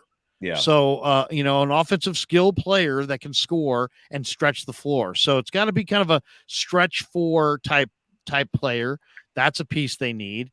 Kuminga and Moody, I think getting a lot of minutes will change the dynamic a lot, because I think both those guys are ready for those minutes. And then it's about a secondary ball handler if it's not Jordan Poole. It's Ryan Rollins. Ryan Rollins, but that may be, asking a lot in year 2. But I like Ryan Rollins a lot. I think I see some CJ McCollum in Ryan Rollins. I really do. I think there's a lot to like there. And he's a great kid. And Baldwin's a great kid too. And I think he's got unbelievable shooting ability. So they have some young pieces that can play that will grow up this summer. And the 2 timeline concept came from the fact that Joe Lacob and Goober did not want the Warriors to turn into what the Lakers became when Kobe Bryant retired, which was an abysmal mess that no one cared about. They were utterly irrelevant. So it was coupled with the Spurs model of keeping it going, right? Because they kept that thing at a positive level all the way until when Kawhi left. And even after Kawhi left, they were still making the playoffs with Aldridge and a DeMar DeRozan. And I get that. How could you not like that idea? I respect it tremendously. Yeah, I just wanted to add that. That's all. First of all, hey, Foss, let's disappoint the audience for a second. We love each other, man. We boys. They don't know I was at your house on Saturday. I know. You know what, yo, man? I mean, I love this stuff. I really do. And I'll give you guys another name. Although he's getting up on the board, he might be a late first rounder. Andre Jackson, the kid who also went to UConn, 6'6". He initiated offense for UConn. He was actually their best point guard. He was probably their best defender. He actually he might be a better player than Jordan Hawkins at the NBA level. He doesn't shoot it as well, not nearly as polished offensively, but he's tough. He's physical. He guards 3 positions. And somebody's going to get that kid, hopefully a good team. Where's he from? He's from UConn. Andre Jackson. But where did he grow up? I don't know. Yeah, he's a New York. He's a New York kid. He's a New York kid. Oh, okay. So I didn't even know that. Classic. He's your classic IQ guy. He's a grinder. He's a fit guy. He's kind of got that Christian Braun type appeal in terms of. What do you guys think of the comp? Here's the comp they have. NBADraft.net. Do you guys have one for him? I'll give it to you. Who it is? Oh yeah, Matisse Thybulle. I like his ability to become an offensive player a little bit more than Matisse's. Yeah. Matisse is really stiff offensively, where he's a little bit more fluid. I love the kid who plays with Wembanyama, but he's a baby. He's 18, 19 years old. What's his name? What is the guy's name? He's 6'6" kid. Well, if the Warriors do end up bringing back, let's say they do bring back the people they've got scoring. What they need is somebody that could replace what Otto Porter was, that could, get great. It was great on the offensive board, tipped balls, kept balls alive, could shoot the 3, could play defense. They need, if they come back with Curry and Poole and Thompson and Wiggins, all those guys can score, get their buckets. Now you got what? Draymond and Looney, and then you got, I think Kuminga needs to somehow take the role that Aaron Gordon, somebody mentioned it in the chat, I saw it, is take the role of what Aaron Gordon did and become a lockdown defender. And he'll get his points off just naturally because he's so gifted on breaks and on, fast breaks and flying dunks and stuff. But they've got to come together and get guys playing roles like the Warriors have always had those guys in their championship teams. They had role players that knew exactly what they were supposed to do. I agree with you, Dan, by the way. It's tough to get young players, though, Dan. Well, Kuminga will do it because he wants to play, and he's not going to play. Kuminga played fine defensively this year. He was often No, he tasked was outstanding defensively. Yeah, and they need him to do Aaron, what Dan said, which is rebound. Yeah, he needs to become a dominant guy down low. He's got the ability. He's just got to block out. He's got to want to play and block out, and he can do it. I think the talent is there, but I don't think they draft a rookie with the intention of the rookie being the difference maker. I agree with Carl. I think, they're not in the lottery. So, but they can get a guy at 19 that maybe makes a contribution here and there. But I think they're going to have to get another veteran player, whether it's on a veteran's minimum or some kind of creative trade that is somebody that is part of the 8-man rotation for when come playoffs that is a difference maker. Who are these guys, though, Dan? Because you got thousands of people listening right now. I'm listening. Everybody's listening, and we're like, logically, yeah, you're right. But those players are scarce. Those players are not like, hey, I want to come play for the Warriors. Most of those guys are like jazz musicians. They're going to go where they get the most money. Forget about winning. So they're trying to pay their mortgages. That's what those guys are. So like when we're having conversation about these guys, my intent is immediately go up and say, well, who are these guys? Somebody like Rashawn Holmes. But like you said, Red, those are guys that want to get paid. Yeah, he's making $10 million a year. They're not they're not willing to say, hey, let me go do a paycheck bounce, and I don't need the money because I want to go win a title. No. The thing that we're not talking about. No, I'm sorry, Carl. Go ahead. I'm sorry. I talked over you, Carl. Go ahead. No, that guy needs to be about 32, 33 himself. That's why they went and got JaMychal Green. If they could find another guy who could play that role, great. If not, they're going to need one of their young guys to come and be a physical attack. Like, I love the tandem of bigs that the Knicks have. They do all the dirty work. They hustle. I know Red loves them to death. Yeah. And neither one of them makes a ton of money. Neither one of them really has the ability to score. But Tibbs finds a way for them to be successful. The Warriors have enough offensive punch to kind of do it. Wouldn't you love Hardenstein on the Warriors? Oh, I'd love it. Oh, my God. With his hustle, using that left hand, scoring around the 10, going to get offensive boards. But once again, that's a big who's not a scorer. And when you get to the playoffs, you have to modify your rotation because you're only going to be able to use so many guys who can't score. When I look at the Knicks, I want Julius Randle. And right now, that fan base, that organization is not high on him. You could get him for a good price. His value right now is set up where you can get a Julius Randle type. Because you guys are all talking about the Warriors offensively being fine. I don't agree with that. I don't. To me, the Warriors need a second scorer who is an all-star level scorer to alleviate a lot of the pressure that Steph faces. Klay used to be that guy. He's not that guy anymore. They don't have that second guy. There's a reason why in the postseason they were struggling to score 100 points. So one of the issues they got to resolve is who's going to be the number 2 guy to help Steph offensively. And whether that's and that's where a move like to get a Pascal Siakam could check a lot of boxes off. You're getting a big, you're getting a I'll scorer, tell you, if you're dealing with the Knicks, if you're trying to get Randall from the Knicks, if you could also get Quickly. Quickly is a 90% foul shooter. And who would you be willing to give up to get those Jordan two Poole. nice young Knicks? Jordan Poole. So you're going to give up Jordan Poole for the 2 of them? Not the 2 of them, but at least for Randall, their salaries Randall was match. second team All NBA.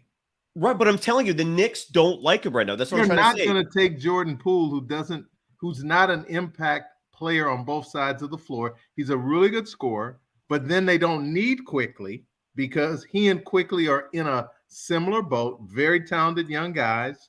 But if you're going to give him to the Knicks, now you're going to play a super small backcourt. Well, there are other moves that you could make, and I think there's a very good chance the Knicks move off of RJ Barrett this offseason. Plus, Maybe. the Knicks have some other interesting players Would you that I want would have him? interest in. For the Warriors, if you're looking for offense, Quickly would be the guy that I would be But here's interested the thing: you also got to be realistic about who these other teams are going to give up. Like the Knicks, like most of their roster, they made it to the conference semis this year. They're not going to try and give away players that they feel led them to that point. Julius I know, Randle but was Quickly injured. had a bigger role, it seemed like, a year prior than he even has this year, Maybe. right? But I know Julius Randle right now, you're right. He made all NBA, but he was also hurt in the postseason, didn't contribute that much. Got And I know benched in he's the not playoffs, right? and he was grumbling. I'm just saying you're not going to get perfection for Jordan Poole. Like Jordan Poole has issues. Whoever you trade him to, they're not going to give you back a perfect player. So given who Jordan Poole is, I think if you can turn him around for Julius Randle, you're winning. You're winning in the trade world. That's me. Except I think whoever Anunoby's the guy. Anunoby's the guy. Thank you. That's the guy. I mean, if there's a trade for Jordan, But he doesn't give you offense. But you need But- offense. but- He's going to but- score 17 points. but he's very efficient though. It's not He enough. doesn't give you offense, but he doesn't give up offense either. We're talking Right? about winning titles. Oh, Anunoby's Well, good. no, but hold on. Again, that it was kind of created by, I don't know who created. Somebody created that like in some room. Like the Warriors have to win the championship every year. No, they don't. Why not What- thrive for that? Well, I no. don't- What- like OG what- averaged 17 points, Cyrus. Who? OG Anunoby. I know, but you need it. That's not second score numbers, man. You need someone And who's going to carry the load in the postseason, giving you easy points when other teams are doubling up Steph. Like, mean like Anunoby is not going to Julius be the Randle guy. is a black hole. What's up? Julius Randle is a black hole. He wouldn't fit in their system. So So I one don't minute want he's him. great. So 1 minute he's third team All NBA, but you're going to shit on him and say Anunoby's No, better. no. He's third team All NBA. When You ask can for put him in names, a I give you situation names, and then you where he shit on can him. play where where he can play the style that he's best at. There's a man, stylistic piece that sometimes even Warrior fans don't want to admit that's there. There's I a don't know. way that they play. And Yeah, Randall's an old school back to the basket Zach Yeah, That's Randolph. what they need, man. That's You what the know, Warriors need. He in my doesn't. They opinion. don't typically have. There aren't a lot of players like that out there, but I Yeah. do think that he has a lot of talent, and I do think the Knicks are probably trying to move off of him. they're going and to he- move him. And to also, the the one Minnesota thing I think you're Timberwolves going to for see Karl-Anthony more. Towns. You're going to see more Poole and Randall rumors, I think, because they're both just reek of change of scenery, right? And Exactly. there's a Except lot one of guy was an NBA all-star. players that just need to be change of scenery, right? Sometimes guys wear out their welcome. I think they'll move off Poole just because I think the personalities don't fit. Also, I don't think that Poole is going to flourish with the Warriors because at this point, it's like, you know what? He wants to do what he's not good at. He doesn't want to do what they need him to do. So even if it doesn't matter what your skills are if you don't want to play that way to take advantage of them. He's a guy that can beat people off the dribble, go to the foul line, and make 94%. Except he doesn't want to be that guy anymore. Now he wants to be Steph Curry shooting 29 footers, and he shot 25% from three in the playoffs. So he still has huge value because he averaged 20 a game in the NBA, but it's time for him to move on. And I think everybody understands Trade him that. for Kyle Kuzma. You can't get him. That would Kuzma's be, not that would be attainable. interesting. Kuzma's a free agent. You can't. The Warriors are so far over the cap. They Mm-hmm. can't pull off a sign and trade. So there's literally No, no way to I'm get. just Kuzma. asking. I'm not even talking about the structure of contracts. If you could get him, would you trade him for Kyle Kuzma? Yes, but I'm also want to be realistic here. It's virtually impossible. So And I it's agree. I just would as love it. possible to get a guy who was all NBA for Jordan Poole. That's Not just based on the happening. rules, man. Not. It No, drives no, for no. life. I'm not Shut talking the about the fuck up with rules. the I'm drinking talking about the logic of somebody in a front office. I'll give you one. I'll give you a trade that I You think can't make that trade. I'm as close to a cap expert as you're going to find on this planet. No, I'm not talking about the cap. So what are you talking about? I'm talking about the fact that who's ever sitting in the general manager's chair for the Knicks is not going to feel that that is a fair deal, that they're going to trade a guy who's third team All NBA and who's made multiple All-Star teams for a guy who disappeared in the playoffs, who's a good young player who can't go to the Knicks and have the ball in his hands because it's going to be in the hands of Jalen Brunson. Well, I mean, that's an opinion, and you're probably not an opinion. That's a fact. It's not a fucking fact. He's not going to have the ball in his hands. Jalen Brunson is their point guard. No, but as far as we don't know how they feel about, about Randall. We don't know how they feel about Randall. I personally think they probably are tired of Randall. You never know. I mean, the way the NBA works is that since you have to match up the contracts, a lot of times these deals are not perfect deals. They're imperfect deals because it's all about making the money work. I mean, and Karl Anthony Towns for Julius Randle. Do you think those two teams would talk? I don't know. I don't know if the Knicks, don't. A lot of the talk about Karl Anthony Towns is that he's soft and doesn't seem like that Madison Square Garden would be a natural home for somebody like that. But they also like headliners and player, and there's no doubt the Cat's a headliner. I'll say this for Poole. The deal that I think makes sense for the Warriors, if you can make it, because I think Joe wants to get off of some of this money, right? Mm-hmm. I mean, it's not so you make a deal with Utah because I think Utah wants a primary ball handler, and I think they've got some bad money. You could get 1 year of Olynyk at 12, and you could get the rest of Colin Sexton's deal, which does give them a scorer, even though not maybe the same level as Poole, and maybe you get their pick, and they have 3 picks in the first round. Maybe you get a pick or 2 from them, and for Jordan Poole, they're giving you all that for Jordan Poole. Well, they picked 24. I mean, I think you could get Colin Sexton. I think is the hardest contract to move here, to be honest, because he's got 17, 18, 18, and Olynyk is, to me. You're getting a 20-point a game scorer. You're kind of consolidating for Olynyk, Sexton, and a pick. I think that's pretty fair. No, Jordan Poole. I can live with Olynyk. I do not want Colin Sexton in a Warriors uniform. No. You don't like Sexton? Nah. And the reason being is because you would have to spend 2 seasons convincing him that he's not as good as he thinks he is. That would just like. Because his whole life he's played high pick and roll. That's all he knows. I mean, by the end of the last season, maybe he's injured, but he was getting beat out by other guards in Utah. He wasn't really. Danny Ainge would love to get rid of that contract. Well, I know, but we're talking about Poole. I mean, we got to remember that Poole's got a big, ugly contract too, and this deal that is not going to be, a shining star. But they have 3 picks. Right. They pick 9, they pick 16, they pick 24, something like that. Yeah. So, however you value those guys, to me, that's kind of. Olynyk gives you a floor stretching big that fits with Draymond, and I think he probably will play better on a good team. And then Sexton, I'm not a huge Sexton fan, but he makes the money work. And if you can get a good pick, like. I really like Grady Dick. If you get the 9th pick in the draft, that'll be a nice reset. I'll take Grady Dick and Sexton and Olynyk and throw in whatever I need to on the back end as far as Utah is concerned to make it all work.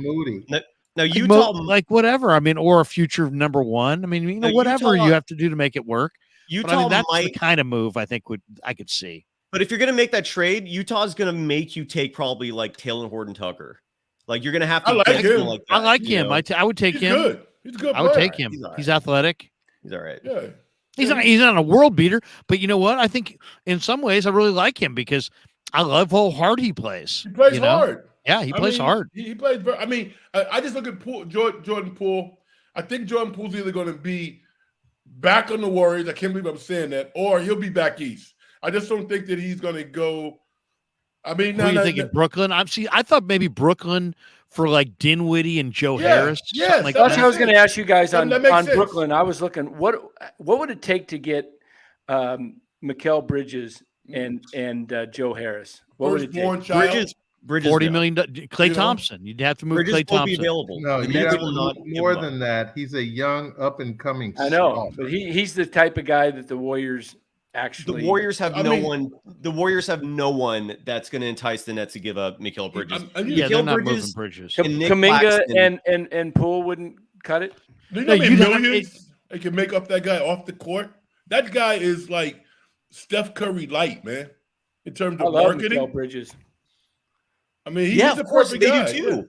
Yeah. Yeah, Nets But- like him too. They don't want to give him up. I know. They got him, but they have. I mean, you look at their roster. It's like it's not going Wings. anywhere. It's I'll wings. tell you the, galore, I'll tell you man. the Like, guy that I love on that team is Cameron Johnson. Oh, but yeah. you know, if Everybody the loves him. Warriors, if the Yeah, I mean, he's everyone got a does. qualifying offer at $8 million, right? He's restricted. Bye, Clay. No. If you want to make a deal with the Nets, Nets, you're I would trading love for Dinwiddie. Cameron Johnson. You're trading for Joe Harris. Nick Claxton will not be available. Mikal Bridges will not be available. That's what happens. Because I already literally made calls to the Knicks, the Nets insiders, and I just was curious. I'm like, who the fuck is available? And they were like, okay, Nick Claxton, give up on that dream. That was number one. And they were like, number two, Mikal Bridges, you would have to give up Steph. You'd have to give up like a transcendent type player to get him. So right. yeah, not happening. Sorry. Sorry to rain your parade. You know, Killed that whole idea. I think I did. I'm I sorry. think the team is. You know, you got to remember Wiggins missed 2 months of the regular season. More than that. If or whatever it was. Because he had other injuries too. Like it wasn't. Like Wiggins comes back fully healthy, fully engaged. Mentally ready to play, and Steph's going to be there. Looney, Dre. I don't know.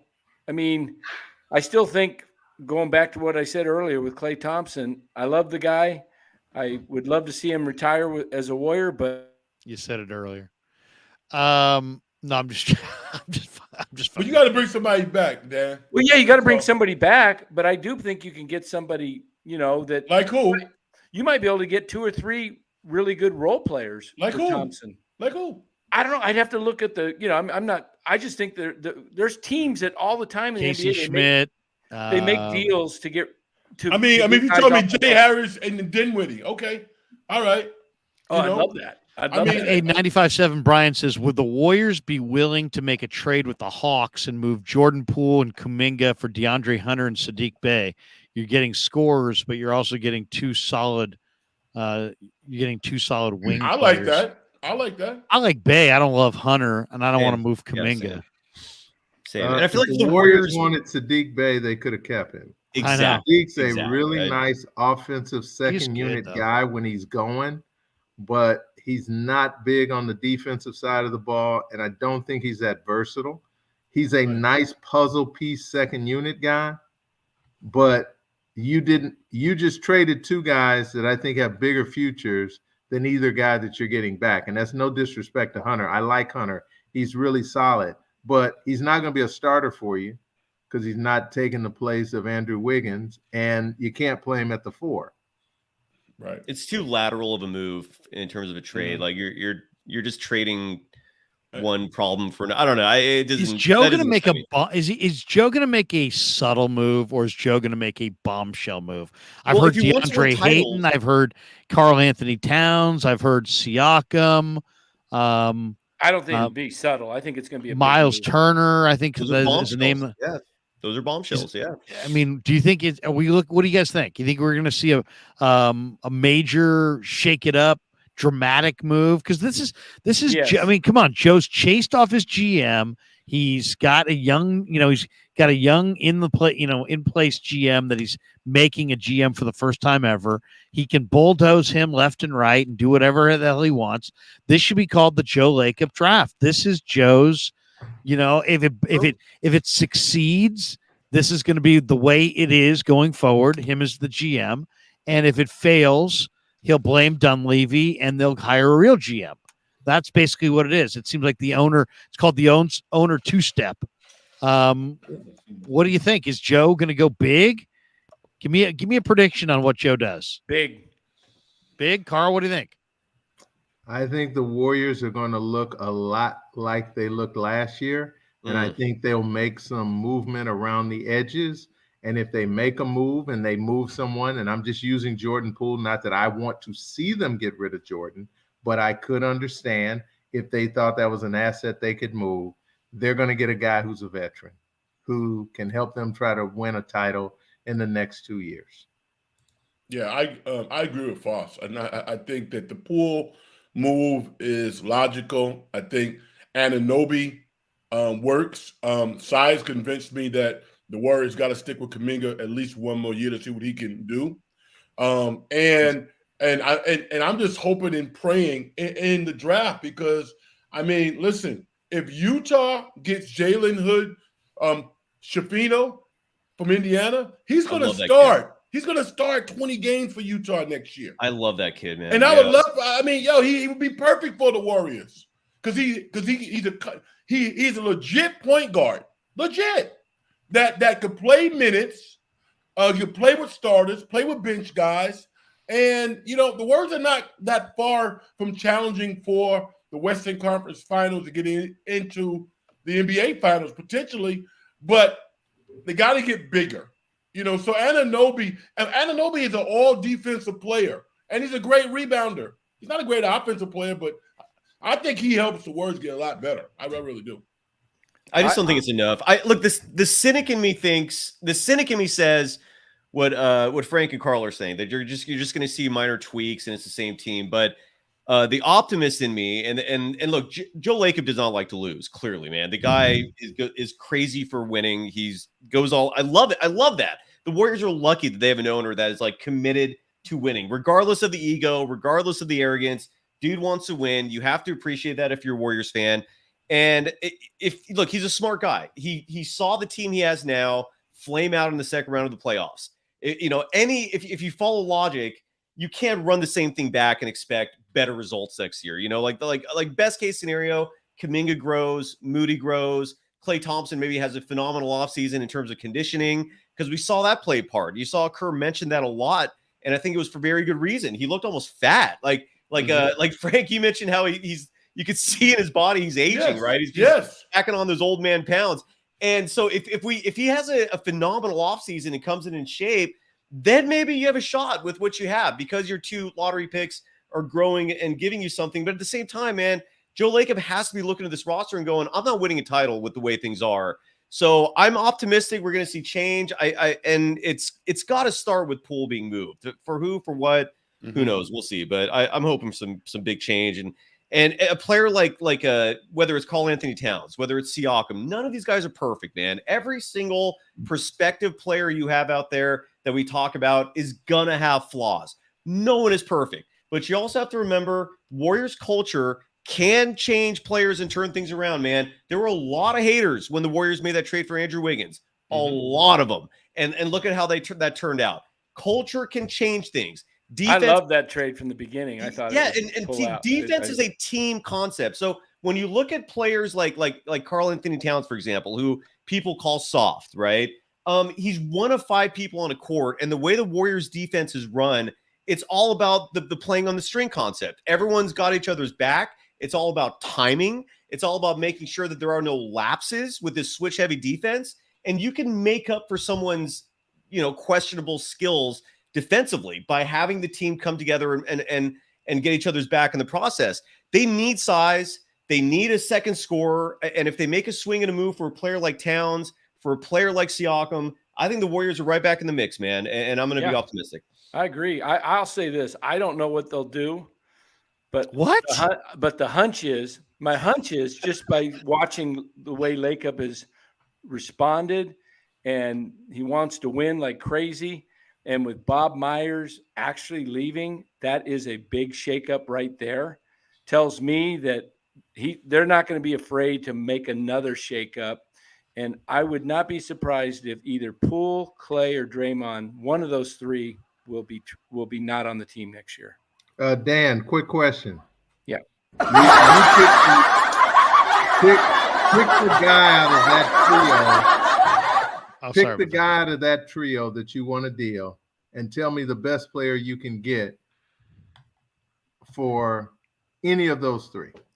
Well, I personally will say this about Poole. The reason I know Wait a everybody wants to second. get rid of, Wait. Are you saying something personally? no, I'm saying that If personally. you're saying something personally, let me just My feeling put about you in the main Poole is square like that. yeah. My feeling about Poole is Highlight this. he's erratic and he's young, and everybody wants to get rid of him. But I would keep him just because he's young, and the Warriors everybody's over 30 that's in their nucleus. I think Poole has the potential to really become a really good player. He's going to have to work at his defense, but I think the player that probably can get you the most, gosh, that's tough because I don't know with Klay's big deal how much you can get for him. I don't know how much people can get for Draymond. I think the way to get rid of They're not Draymond moving Draymond. They're not Is moving this sign Draymond. in Draymond. life, by the way, Larry? Can you block that fucking clown? Who? Like, don't accuse me of. I don't drink. I'm not a drinker, and I don't like that accusation. Don't just be calling me an idiot. Fuck you, dude. Can you please get rid of that guy, Larry? Who is it? The most recent comment, man. Giants for life. Yes, please. Thank you. Giants for life. Come on. Dan, Come on now. Come on now. Dan, let me say this, because I mean, like, I hear you thinking, but like with Draymond's a free agent. Right. If Draymond, I mean, the only way that Draymond is leaving the Warriors, I believe, is if he gets a better deal somewhere else. So I mean, Kerr said that they have to have him. So I mean, I don't think he's going anywhere. No. That's why I don't think him and Poole. I don't know if you'd bring that back and all of a sudden everything's kumbaya next year. No, I don't think so. I mean, so get rid of Poole. But I mean, my thing is, like everybody's saying, even like Cy. I mean, there's no perfect potion when the Warriors come back at the start of the year and they are the number one seed for the Western Conference Finals. That's Denver. That's a Denver Nugget. Yeah, I mean their most valuable commodity, if they wanted to make a trade, I hope they don't do it, is Wiggins, because he signed for 4 years at a reasonable like $24 million, and he could bring a lot of money. He could bring you. That's not a lot of money. I think their most valuable commodity is Kuminga. Everybody wants Kuminga. Why would you not want Kuminga? He makes nothing. He's got an unbelievable future. Everybody can see the athleticism and the tools. We've seen glimpses of awesomeness. I mean, there's teams that are salivating all across the league at the idea of stealing Jonathan Kuminga from the Warriors. Do you think the Kings would trade their small forward, who was a rookie this year, for Jonathan Kuminga? Keegan? Yes. Hell no. I think Keegan's too skilled. I think the Warriors would make that trade. I don't think the Kings would make that trade. You just said teams are salivating, so they definitely are, Carl. That's the same kind of player. Those could both be true, though. I'm just saying, yeah. I mean, I don't think the Kings would make that trade because I think they have a skilled player, and I think they really value that skilled player. Would the Clippers trade Paul George for him? For Kuminga, the contracts wouldn't work, but I'm not talking about the contracts. I'm talking about talent. I would. I think they would. Because Paul George is 33, man.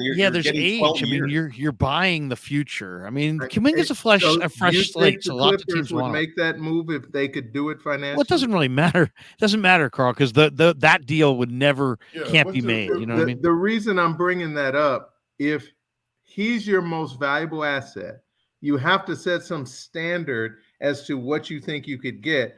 And with that player, who would probably be a veteran, Julius Randle, if the Knicks were willing to trade Julius Randle for him, would Julius Randle make the Warriors a championship level contender? Yes, I think. I don't think so.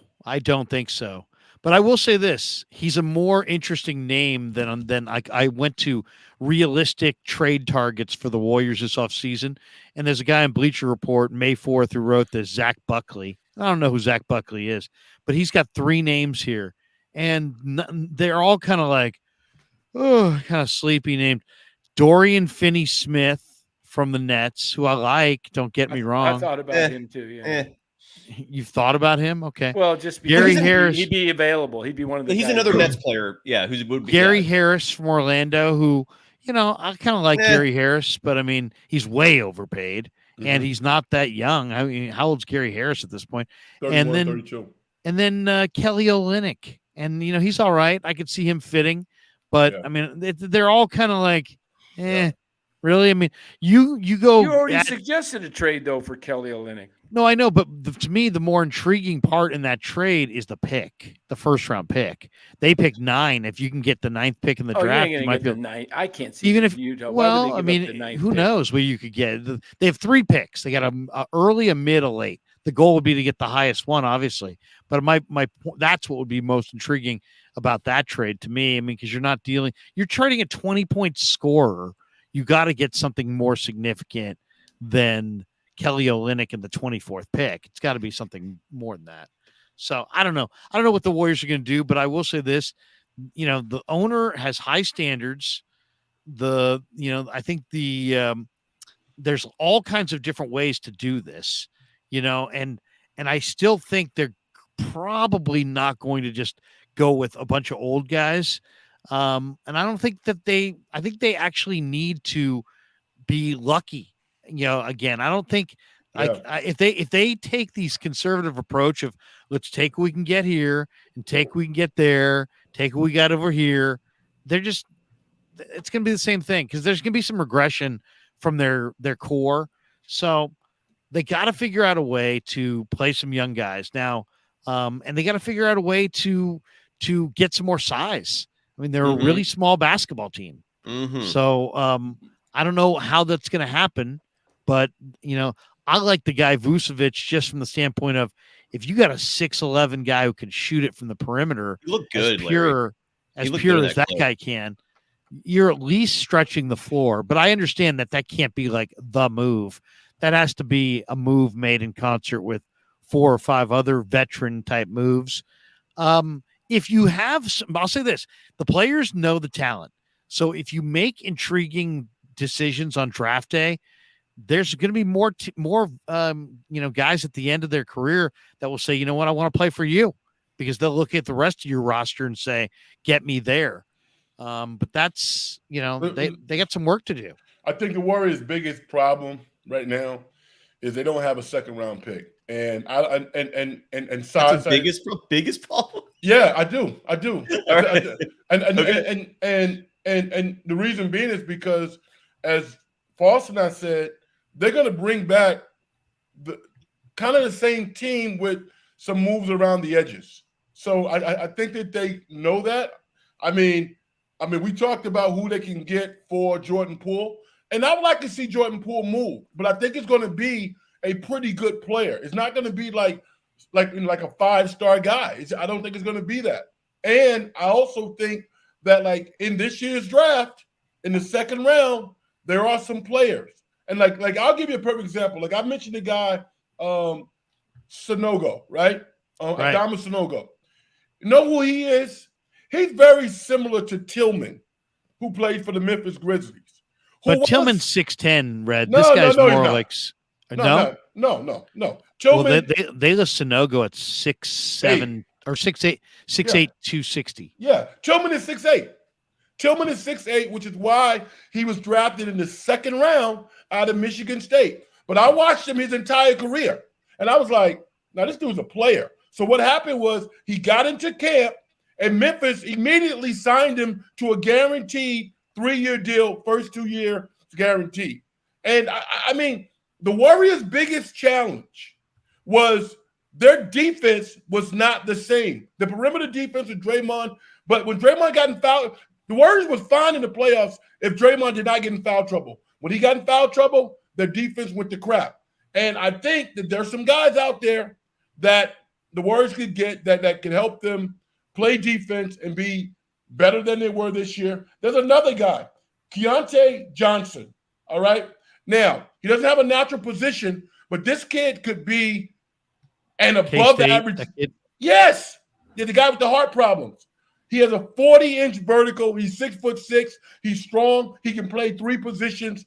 He might be a steal for next year. He might be. By the way, Xavier Tillman 6'7".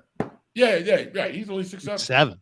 Yeah, he looks big because he's a wide body. Right. Sanogo is interesting though, because he definitely can pass. He's a lot more skilled than people think, and he plays a beneath the rim game. But there's a lot to like there. I mean, when you could pass, to me, I mean, I think Looney's kind of shown that, when you have big man skills and you can pass, that really does help facilitate whatever offense you're running. Then you can use them. You can run the ball through them from time to time. So that's an interesting one in round 2. Can he set screens and will he rebound? Those are the two things that any rebound in his area, Carl. I don't know about out of his area. If he can stretch the floor, and we know that's not his strength.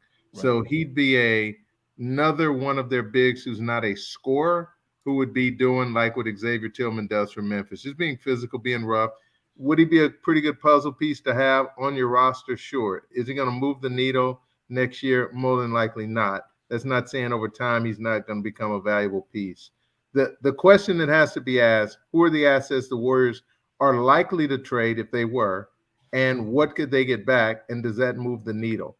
I've not yet heard something that really moves the needle. Karl Anthony Towns, you're going to have to give up a number of pieces in order to get there, and you're probably going to have to load them down with some draft picks, because the window of who they are is going to manufacture enough interest to where you're going to have to compete with somebody else for it. I would take a call from the Knicks on Julius Randle if I'm Minnesota before I take a call from the Warriors. How about Ayton? How about a lot of speculation on DeAndre Ayton? Minnesota wouldn't want him. Sorry, go ahead. How about DeAndre Ayton? And what would you be giving up? Jordan Poole as a primary. Okay. And what's the secondary that goes with that? I don't know, but I mean, I've seen that trade discussed this week. That to me is kind of interesting. The other interesting trade I thought was a deal that would send Poole to Houston for Kevin Porter, Jayshawn Tate, KJ Martin, and a pick in the first round, kind of somewhat high up. And now, I would make that deal interesting. I would make that deal because you're getting Porter's a lot of pieces who could contribute. Only thing is, I think Porter's had some issues, and I don't know if they want to take, chemistry wise, if he would fit in with them. But he's a huge talent for sure. Very talented player, but he can score. Culturally, it's kind of scary. Would he be willing to come off the bench and play as a second unit guy? Would he be willing? I mean, he talked a lot of crap when they played against the Warriors, so we know he loves to compete against them. Would he maybe believe this could help him grow his career and make him more valuable? I mean, being able to get some of those other pieces, I mean, those are some really valuable pieces. I mean, the Martin kid is just electric. Yeah, I mean, the other team that I think is a great fit for Golden State in a trade situation is Orlando. Yes. Because Orlando has lots of pieces that could facilitate trades. Jonathan Isaac, Wendell Carter, Gary Harris has an expiring $13 million deal. They're not moving Banchero, but this team also has some really interesting young players. Like if you decided you were going to move Poole and Kuminga and make a big deal, they've got some interesting players that would make me look away from Poole and Kuminga. Guys like Suggs and Franz Wagner. Bol. I know, Frank, you like him. I don't want Suggs. I like Bol. I mean. I like Cole Anthony. I mean, there's good players on this team that there's a bunch of different players with different contracts, and they all could be, there's a lot of possibility there. And if you really wanted to move off of Kuminga for whatever reason, even though he's got huge upside, well, you know what? A team like Orlando, you might be able to get a player coming back that has huge upside. I mean, if you could somehow get Suggs. Or like Franz Wagner. I mean, if the Warriors really, well, I don't think they're moving him either. But if you're moving Kuminga, I think you could start talking about big name guys on their team, and especially if you're moving Poole and they wanted Poole, and you're taking back some of these other contracts. I mean, guys like Gary Harris is not worth that money, but if you're willing to take him, you might be able to get a really good player. You take a couple bad contracts, but they're expiring. Markelle Fultz makes $17 million. There's Gary Harris. I mean, you could take Gary Harris and Wendell Carter, and that would equal Poole's money right there. And Harris is done at the end of the year. You could throw in Kuminga and a pick or something, and maybe get a guy like Wagner coming back.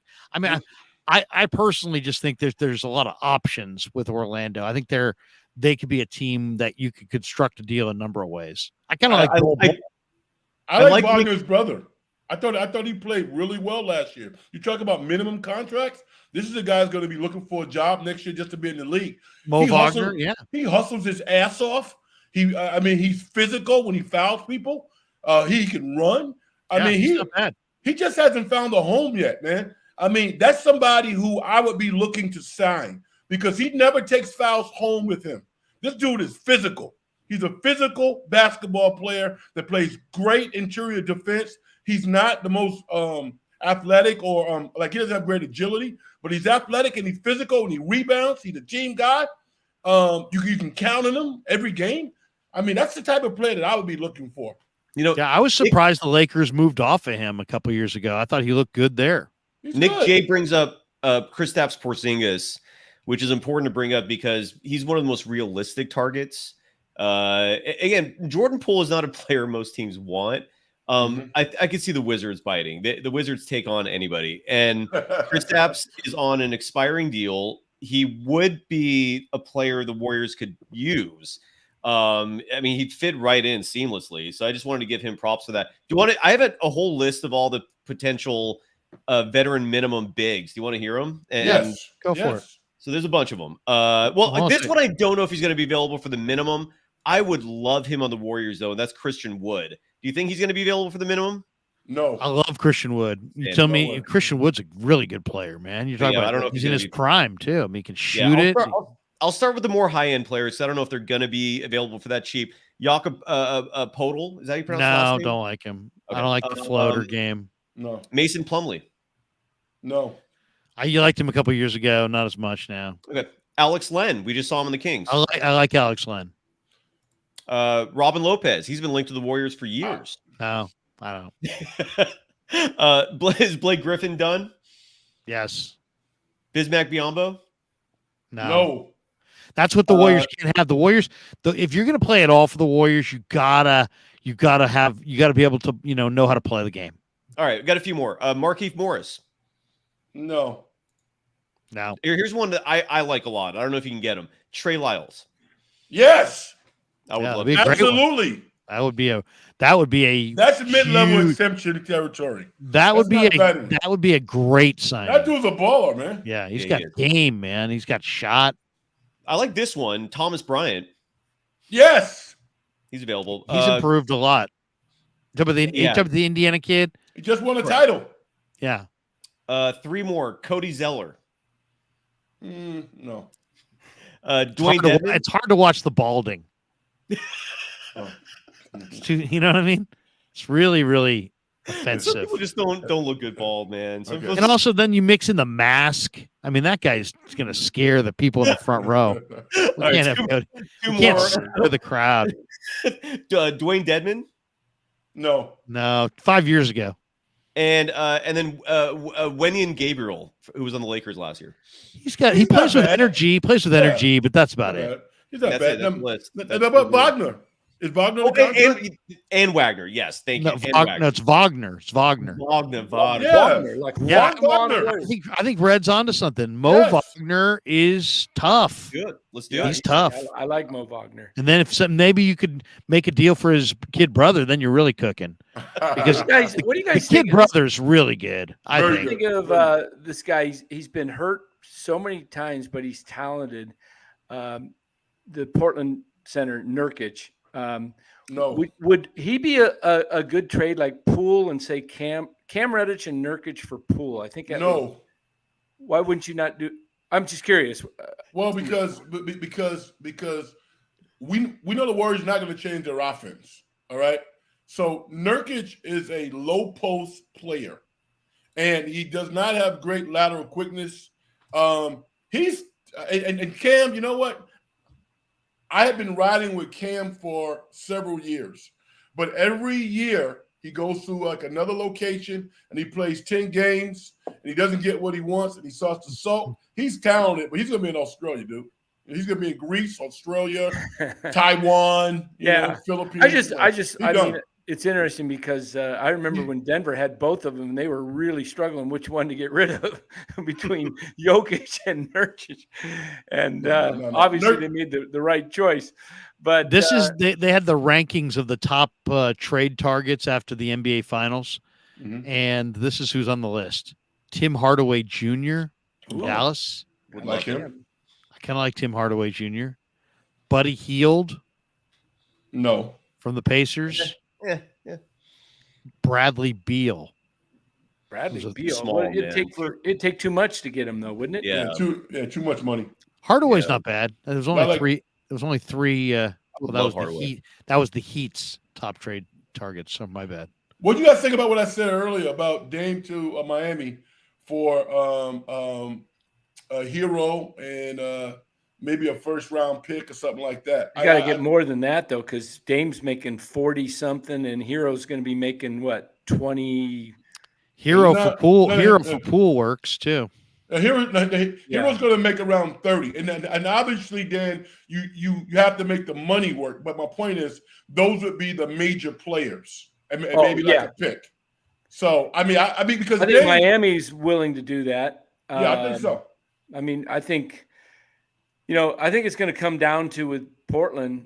Is Dame say, I'm, do stuff to make me stay, or if he says, it's time to move me? They ain't trading that third pick. They're not going to trade that pick. So Dame, they shouldn't. They shouldn't. They should not. So Dame can say what he wants, but if he's contingent on staying or leaving based on them doing something with that pick, he can forget about that. They're not trading that pick. What's going to happen, Cy, with DiVincenzo? Is he going to be? He's going to leave for big money. He can't come back because they can only give him Well, he could come back, but he's getting the mid-level is going to be around double what he makes. They can't offer that even though. They can't even offer that. Yeah, they can only offer like a 20% raise or something like that. 10. It's I forgot what it is. It's a minor raise from the. Because of the bird rights, they could give him like $5 or $6 million a year. He's going to make so much more than that. Yeah, he's got a double-digit million. Yeah, nice knowing you, Dante. So what are they? I mean, that's a significant loss, and they're strapped because they don't have no mid-level exception. What can they do to replace that? That's why I wonder if they'll even get rid of Poole. Why don't they have a mid-level exception, Si? New CBA. This whole thing was targeted. The Warriors were just in the crosshairs, man. Like it was primarily to stop like the Lakers, Warriors from adding another good player. That's all it was. It's crazy. Yeah, and what's his name? CJ McCollum was the big guy in it, wasn't he? The guy that was. Doesn't he want to get back at the Warriors or something? I mean, what's the deal? He took over Chris Paul's role as the head of the union, and I don't know how much sway he had in terms of the actual CBA, but yeah, wouldn't surprise me, dude. I mean, everyone hates the Warriors for I don't think good reason. It's just envy, which sucks. But it's the reality of it. It sucks. I love a lot of people bringing up the comparisons between this CBA killing the Warriors and then the cap killing the Niners in the early mid 90s. But the Niners were still relevant until DeBartolo left. That's where the other night when Damon Bruce was here and he was like, "Oh, DeBartolo, the Niners were done." No, the Niners are still competitive. The Niners are still like they had, I think, 18 straight years where they won 10 plus wins per year, from 81 to 90, and they maintain relevancy, man. And when I make these correlations between football and basketball, my correlations are primarily for the star players, the quarterbacks, the Ronnie Lotts, the Jerry Rice, like the big marquee names and players, like those are the types of guys who the Niners were willing to move on from when they might have had a year or two left because Eddie D was all about like winning, and if Lacob's like that, I love it. Keep it going. That's what we're going to find out. Is Lacob have the sentimentality, side to him, and he cares about finishing with Klay Thompson, and we know they're going to the finish line with Steph Curry. We pretty much know that they're going to the finish line, I think, with Draymond Green. I personally think that we know that just from the way that Draymond plays off Steph and Steph plays off Draymond. They're not going to separate that. I mean, they can't. It would be impossible to even recreate that. So I don't think Draymond's going anywhere. Then the question is just about is Klay? Are they going to the finish line with Klay? And that's the part of Joe we don't know. And I think when you hear him say, "I'm willing to consider anything outside of Steph," I think he's thinking of Klay. That's and what I heard too, Larry. That's exactly what I was thinking too, man. Because you're right, he's the big question mark. He's the one that, like, if he comes back for 15, bring him back. But he's got so much fucking pride, dude. Right. And I've heard behind the scenes that he's the most difficult one because he does not want to come off the bench. He thinks in his head he's still a max player, and he That's a doesn't huge make fault. other. He's such a play finisher that when the shots aren't falling, he's not getting a ton done Yeah. on the floor. Yeah. If his rebounding regresses, because he's not quite the defender that he was, and he's always been kind of a finisher, right? Yeah. And it's like without the ability to finish, I don't know. I see a lot of inner struggles nightly that I feel like are distraction to the team, where he's like, trying to find it and get it dialed in from yesteryear. And it's just, Holding up 4 to the Suns. it's just like he's battling with people. It reminds me a little bit of Bumgarner after the World Series run, Oh, where you're all emotional and you're out of your game, and it just seems, I just feel like I love Klay Thompson. Everybody loves Klay Thompson. But if Yes, you're really going to shake this team up, give him a different look, I think you got to move him. I think Frank is totally right. It's not about you can't move him just anywhere. You move him to LA, you move him to New York, Or Maybe Milwaukee. you move him somewhere where he can compete. maybe even Sacramento, just because you're looking for, let him kind of go somewhere where there's some comfort. And there'll be some comfort with Mike Brown also being so close to NorCal. I think that could kind of work. There's probably some combination of contracts they could make work coming back, or New York, Brooklyn, or the Knicks, or the Clippers. Or But Miami. Not a lot of teams. Not a lot of teams. Yeah, No, it's not a not lot of a lot. teams. like I can And see. which Could you of those see teams is offering him a max? Well, I don't know, but I don't know. That's a great question. But I will say this, Walsh made this point years ago, that it's easier to accept kind of a different status in a new room than it is to accept a lowered status in the same room. That's a Yeah. great And line, man. And I just That's really great. believe that this kind of applies to Klay Thompson. I think it'll be much easier for him to accept, X dollars in a different team in a different role than to be making less than Poole or something like that on the same team. I don't know. Maybe And that's you bring just up my a read great on it. point, though. Even with Eddie D, Eddie D was the most beloved owner. He cared genuinely Yes. about his players, but Mhm. he let Lott go. He let Roger Craig go. Joe Montana. He He let Joe traded Montana. Joe Montana. Yeah, he It's traded amazing. Montana. He let even Dwight Clark didn't retire as a Niner, did he? I mean, Or- everybody left. Yeah, I mean, everybody ended up either And getting they all come cut, back. They got cut, And they all and came back, though. back. Like, they all Yeah. came back. So I'd Football- rather see Football's different. yeah, get it's a little different. bit, but contract wise, if you want to stay as a championship team, you have to make that tough decision sometimes that you don't want to make because you care about the person. Yeah. But if you really want to win, you got to do some things. And it's, I just don't think they come back with Klay and play him the whole year and everything's the same, that they can not only not compete with Denver, but I think there's a couple other teams that they're going to struggle to That's beat why you got to too. play your young players, Dan. That's why you got. That's why you as an organization have to. Well, and I think develop the your young players will play next year. Then I what are don't you gonna- see. I don't see how Kuminga and Moody don't play a lot next year. Well, then that means that Clay's going to play less, which is what he should be doing. He all right? should be, yes. Right. So my point is, it's like, okay, if Klay is not willing to understand that he's not worth $43 million, then there's no starting point. There's no conversation. But if he's willing to chop off $13 million and get some of that money on the back end the last 2 years, then that's what this is all about. Because chopping off $13 million, Si, you would know better than anybody. How does that help? Does that help the Warriors sign Draymond? A lot. Okay. Well, no, it just all it helps does the is team. help Lake Helps- spend that. Yeah, it's less penalties. That's all Okay. it translates to. It doesn't Okay. translate to helping in terms of like free agency or anything like They're that. but- they're paying the 2-time repeater tax, and it's burning them. And that's really what this is all about. It's just how punitive things are. And I was looking at where they are at. They're basically at, they're saying that the luxury tax line's projected to be 162 million. They're, and that highly restrictive second tax apron kicks in at 179.5 million. And the Warriors, if they keep their pick and exercise some options on Green and DiVincenzo, I mean, they could be looking at 213 million plus payroll, plus, with 13 players under contract. I mean, you're talking about well over, and then the penalties kick in on top of that. So, I mean, it's just getting to a point where it's getting restricted, it's getting ugly. And Joe they just don't want to be looking at some ridiculous $500 million team that's borderline in the lottery.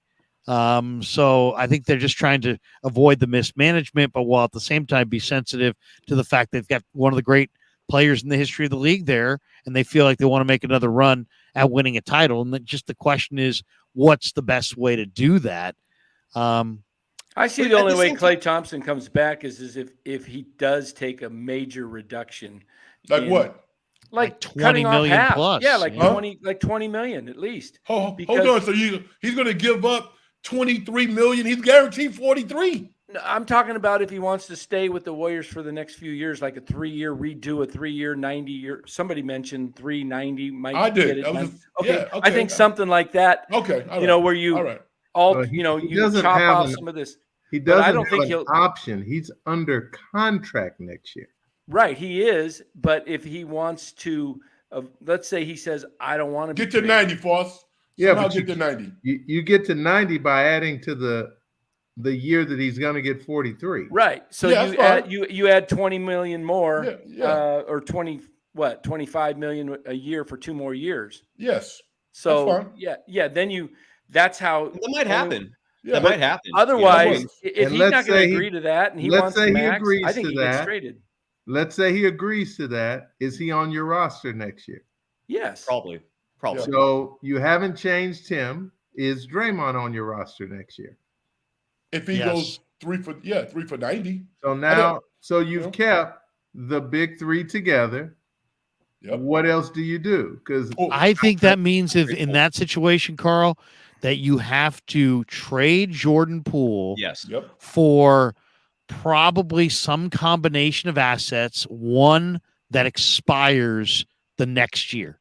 So that's why the Olynyk makes sense, because that's your savings. You have 1 year of Olynyk, and at the end of the year he walks, and you don't re-sign him, and that's the way you pare down your payroll. I think now you've pared down your payroll. You've added Kelly Olynyk, who I really like. I like how he plays. You can put him as a big in different lineups, and you can match him with other versatile guys playing basically the 4 like Wiggins or Kuminga. You now need to find somebody to now play guard in that second unit. You're saying take Colin Sexton or somebody like that. Well, or, I mean, like you could go with Dallas. Like I just mentioned that Tim Hardaway is a major target for people. Tim Hardaway Jr. And Davis Bertans make $34 million combined. I mean, you could. Well, no, let's stay with the Olympic piece just for or Reggie Bullock, who's an off. I think where Carl's, I don't know where you're going with this, Carl, but if you bring back where all I'm going those very guys, simply is looking at what your roster could potentially look like, and do you believe now you could compete to be a top 4 team in the West? That's where I was gonna go with is because I think if you bring back Thompson and everybody else, I still think you have an aging team that is not competitive. It's competitive in that it makes the playoffs, and it's probably a 4 through 6 type seed, but it's not a championship team. I don't think you. Well, hold on. Before you say it's not a championship team, there have been 2 teams in the last 2 finals who most people did not think had any chance of being in the NBA Finals unless they were really looking at the Warriors and saw how their chemistry could work. Miami got to the finals because of their chemistry, and they played without 2 of their best offensive weapons for the majority of the playoffs in Oladipo and in Hero. So even if the other guys who took up minutes played really well, they would have really liked the guys that were kind of slotted ahead of them to at least be available. So injuries had a big impact on them in this series. Reality. Warriors won the NBA Finals the previous year, beat a young team with a lot of upcoming talent, a lot of guys moving into their prime, and they couldn't make it to the finals again. My point, if you don't believe, because it sounds like some of you do not believe that if the big three comes back, that team's competitive enough to get maybe even out of the first round. Depends if on what else they do. You know what I'm saying? Well, I what believe else the could they children do? are our future. If they're going to keep those guys, what else could they do? The only thing they would be able to do is to potentially make a trade of Correct. either Jordan Poole or Andrew Wiggins. Those are the other two assets. Jonathan Kuminga, yeah, I think you could get a piece for him, but because he still is a young player, they're probably going to want to give you some potential on the way back as well. Well, before we discuss particulars, I mean, we've discussed a bunch, but if we were voting here for tinker, tear down, and tear down, not really tear down as much as significant move. Like if you're moving Poole, if you're moving Wiggins, if you're moving Klay, any of those three guys, that's not a tinker, right? Would we agree on that? If you move Klay, Wiggins, or Poole, that's not a tinker. So I think definitely I would not be for a tinker because I'm definitely for being open-minded about moving those guys. And I would move other guys with those guys if I got the right combination of players or picks coming back. You see what I'm saying? But Klay, Wiggins, Poole, I'm not eager to move any of them. I don't feel like I have to move any of them. But if you're going to change this team, I don't think you can tinker. I think you're going to have to tear down to some degree, and that involves moving one of those three guys, I think. If you move one of those three guys, Larry, what you have said, this is what I keep hearing you say. Right. You want draft capital, which means you're saying, I don't want to be a player in the playoffs. I think draft capital's cheap these days, so I want a player and draft capital. Like for Brooklyn's got 2 picks in the 20s. I want those picks. I want those picks, but and I'll work out some deal. What do you need 20 for when you've already got the 19th pick? Don't worry about what I'm cooking up over here. You'll see on draft night. You know, yeah, but none of those guys are going to keep your eyes on your own paper. What I hear you saying is they begin the process of tearing it down, start collecting some more assets, and looking for the next run. I think you need to go on that piano and play some funeral music right now. Yeah. Now we're going to get a little ditty from Carl. No, my whole thing is I really believe that if you look at the NBA draft right now, go look at it at NBAdraft.net. All of the guys in like the top 15 or 18 are the same thing, right? It's international or freshman, right? And why is that? Because they have the rule where you can't go straight from high school. Otherwise, it used to be all the high school kids. Now the best players are viewed as the international and the freshmen, but they're so raw and they're so like projectable that there's actually, good players up and down the 2 rounds of the draft. They're just kind of scattered.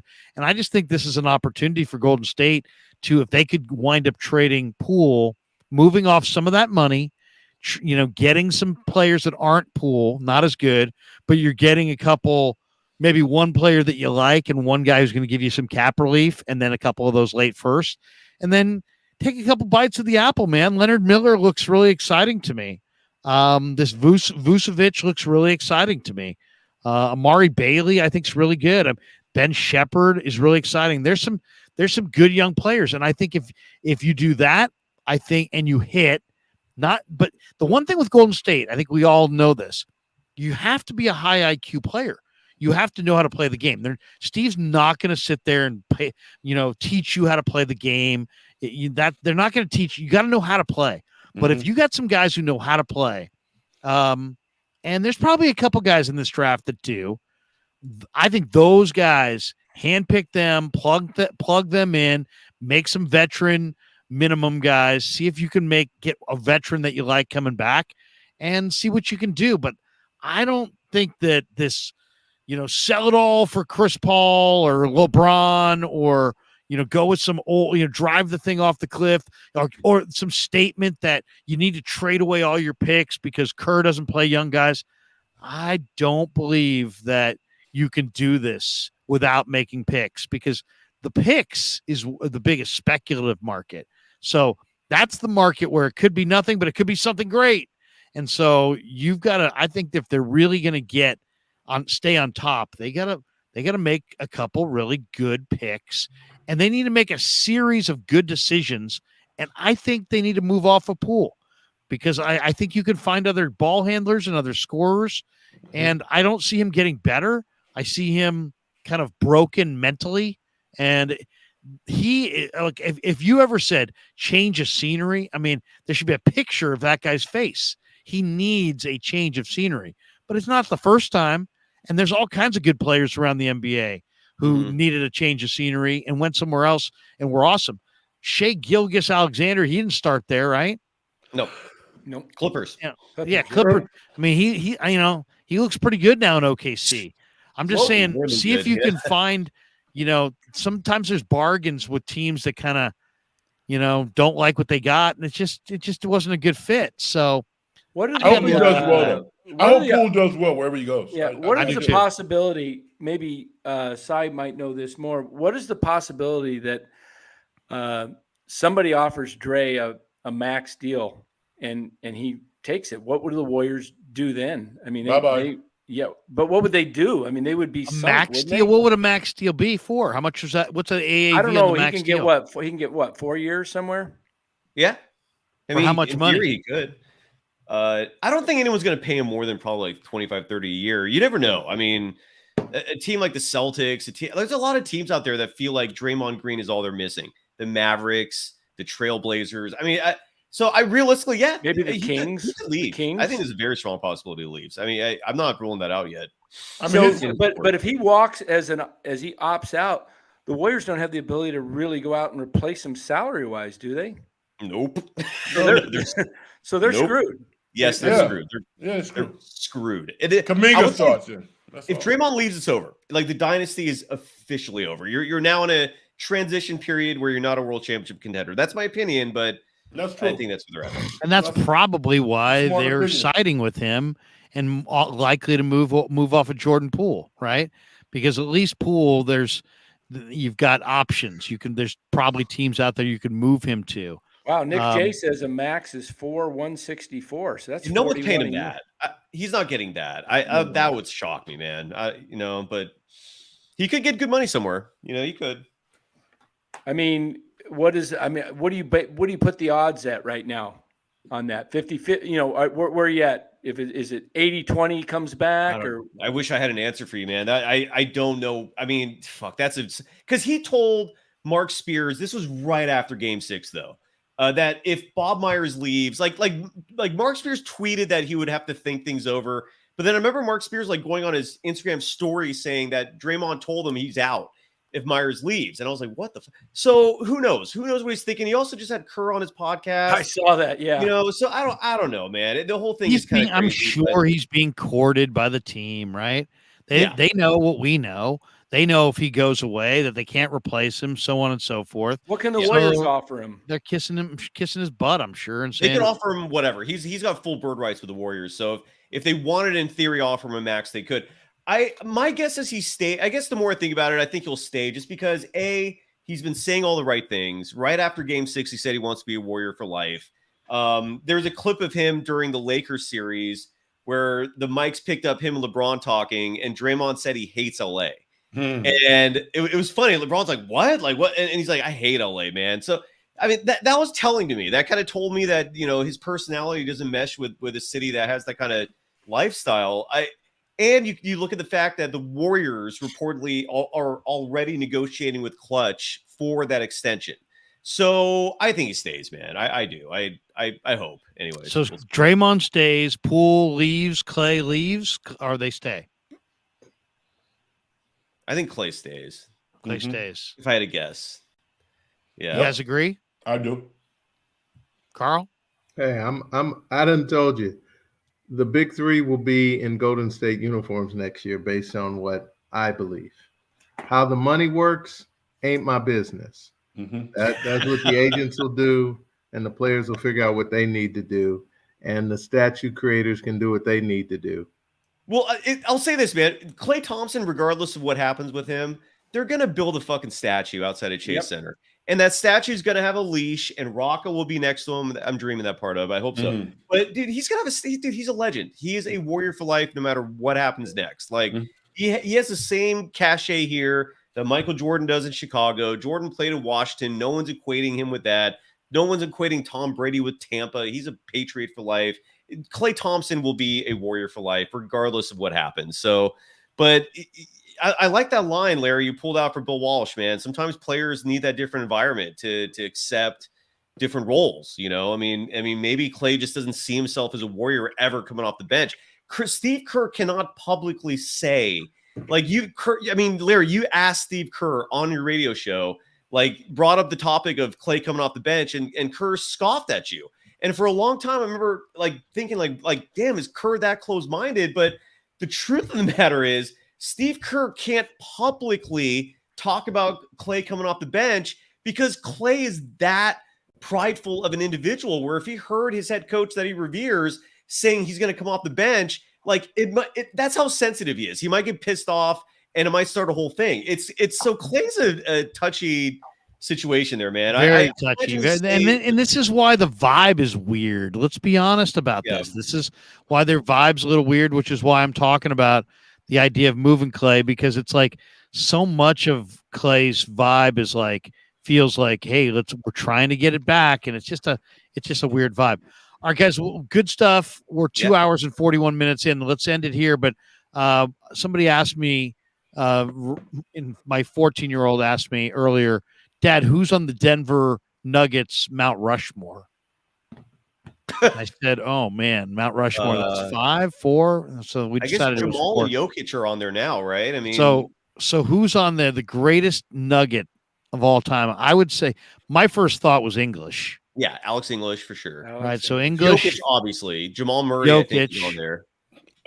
Dan Issel. Dan Issel. What about Carmelo? Fat Lever. No Carmelo? No way. Fat Lever. Fat Lever? Allen Iverson? How about David Thompson? David Thompson should. He got the 73 Thompson. points as a Nugget, right? Yeah. Kiki No Vandeweghe. Carmelo? He's a Knick as much as a Nugget, though, isn't he? I don't know. That's a tough one. I thought he ran most of He the didn't get along with George Karl and Doug Moe. Kiki Vandeweghe. Kiki Vandeweghe? I hate Kiki Vandeweghe. Just for I would say it's English, Issel, Jokic, and Thompson. You got to have two guys from this team, though, don't you? I mean, No. this is the only championship team. Like, I would think No. you'd want Michael Adams. No. You have to remember, Cyrus, no disrespect to what Jamal has done in 2 playoffs. He's never played in an All-Star game. But I mean, ask a Nuggets fan right now who they love more than anyone. Well, they would love him more than they love David Thompson right now. But Exactly. And that's really what I'm going to say Carmelo. Carmelo okay. Carmelo scored 13,970 points with the Nuggets before he went to the Knicks in 2011. Third highest score in franchise history. He wears Jokic's number. Well, not gonna have it's his face. It's his face. But he averaged almost 25 a game, and led the Nuggets to the 2009 Western Conference Finals. He loses out to Alex English, who spent his career there. Yeah, I mean, Melo left on his own volition. I mean, that's tough. Campazzo should be on there for sure. I'm a Melo fan. I ate Thanksgiving dinner at his house one year. He was there. Really? At his own house? Huh? He was at his own house? He had his own house, at a Cordon house, too. Was he young? Was this like AAU days, or was this No. He was playing for the Nuggets. He was probably about 4 years in. Was he with Lala? Was Lala there? No. Okay. His mom cooked Thanksgiving dinner for us. Nice. Was it good? Oh, it was excellent. She was a dynamic cook. That's my favorite day of the year. I mean, who doesn't love a day that's just devoted to eating? Oh, in football. yeah. In football. What do you do? Well, what's your tradition? Well, we get up and we eat, and then we kind of walk around and watch some football, and Watch football. Eat some more. we eat a little bit more. We talk about what we're going to buy each other for Christmas. Maybe if we talk a little trash, we eat some more. Then we have people come over. Then we all sit down for a big meal. Yep. And I mean, seriously, I'm like white meat, turkey, comatose, because that's where it really is just ridiculous tryptophan. Yeah. It makes you extra because there's I don't know why, but it's just so dense or something. And you just give me a glass of wine or something, some mashed potatoes, the turkey, the stuffing. I mean, I'm sleepy. I mean, I can barely stay awake. You don't need stuffing, Larry. You want dressing. Oh, Dressing, yeah. Sorry, let me ask you a question. yeah. Do you go to Vegas for Summer League? I've done it once back when it wasn't popular. You should go. And part of me wants to, and the part of me is like, do I really want to travel? I don't know. Yes, Why are you you? should go and you should I'm hang thinking out about with it. Big Red. I'm thinking about it. I mean, I would have to give Raymond Ritter a call to see if he can help me out and stuff like He that. probably would. It's Summer League's still really easy to just. I don't think you even need credentials. I think you just walk around. I mean, no, but it's better when you have it though. True. That's very true. It's definitely better when I mean, access is amazing. I mean, literally, Cy, you could do 10 locked on interviews in like 2 days, man. That's I true. mean, incredible. I mean, You have seriously, so much content. I mean, That's true. if you guys go, I'll give you a camera. You can go down there and we can get guys on the show. Yeah, Vegas is not my scene, though, is it? You got to do it, Cyrus. I'm going to be out of the country in the Philippines, but you and Red would have a Why? blast. What do you and We've Dan not are both done it big before. Philippines junkies. Like, What do you guys think of this one, Brian Iglesias? I think the biggest loser tonight is the Kings organization for letting Michael Malone go. Yeah, which makes the Warriors the biggest loser because they lost Mike Brown since Kings lost Malone. Hey, did you guys? I think see Mike what Malone Pope also said was about called Malone? Mike once, and he said, "No, call me Michael." Remember? yeah, Did you guys? yeah, I saw that. Oh, That's kind of odd. If you said, "Hey, Larry," I don't say, "Hey, excuse me, it's Larry." Or if you said, "Hey, Lawrence," I don't answer to that. Yeah. hey, Cy, no, Cyrus. No, it's Cyrus. It's Cyrus. My- Dan only goes by Daniel. Daniel. Mhm. It's actually call him- officially just Dan, though. That's weird. My birth. Oh, really? certificate is Dan, yeah. Really? Yep. Yeah, it is. I was like, asked Oh. my parents, like, why'd you name Steve, Steven, and Ron, Ronald, and you just stopped at Dan? What was Dan. you thinking? They're fucking lazy. They're lazy. Is So Carl my- short for anything? Carl is Is it short Carlton? for amazing. Carlton? Carl is short for amazing. Oh, okay. We have a new baby in our family. Yeah, The baby's first name Larry. Humphrey. What the fuck? Humphrey. Don't rip it. Don't rip it. This is forever. Humphrey. Humpty Hump. Humphrey And- Krueger? No, And I it's your said, daughter? just don't call him Hump. And they said they're going to call him Huff. Oh, okay. Humphrey. Humphrey. Like Humphrey Bogart. Yeah. There you go. It's That's pretty just an rare. old That's a name, pretty I guess. rare. That's pretty Yeah, that's an rare. old- Humphrey? You don't get that a lot. All right, one last one on the way out. There's some names that just die forever, right? Like, there's any girls? Are they any woman named Martha anymore? Like, there's Seriously. some names that just die. Seriously, my Dick. grandmother's best friend, her name was Tilly. And it's like, you never hear anybody, there's never a girl whose name's Tilly, right? And that's just not. My grandfather's name was Clarence. There's no Clarence anymore. You don't get too many Clarences. No, Yeah. no dicks. Like Dick. it's just- Dick. People used to be called Dick. Like, we had a president called Dick. Like Yeah, no one's doing what? that anymore. Even my father's name. My late father's name was George. There aren't that many Georges. You notice that? Not a lot of Georges. That's a good name still. I think. Yeah. Okay, so we got this story out there. CBS Sportsline is reporting that the Washington Commanders have declined the fifth-year option on Chase Young. Yeah. So he's a free agent after this upcoming season. Mm-hmm.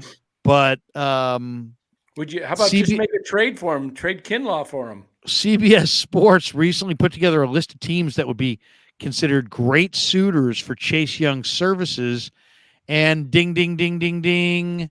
The 49ers are among the crowded field of interest. And the Vegas odds have them at like 8-1 Hey now. for Chase Thomas. Couldn't you just make Chase a Young, trade Chase though? Young, Because Chase both Young. him and Kinlaw didn't get their fifth-year options picked up. Couldn't you just make a swap? Sure, I guess. I mean, the money would be different, but yeah, you could make a move. What do you think of that? What do you? To me, the 49ers are Kevin F says Brock Purdy for Chase Young. Look at that, Kevin F. Larry. I'm starting to see now what you're talking about, man. There is a divide. There's a new divide in Niners Nation between people who think Brock Purdy is just another Jimmy G, and then people who have complete faith in him. It is crazy. There's always just some weird argument going on. Yeah, I saw a thing yesterday, very polarizing. 2 days ago. It Somebody did a whole thing on Brock Purdy and Jimmy G that basically last year they were the same. They put all the statistics together and right. I saw that. I saw that as well.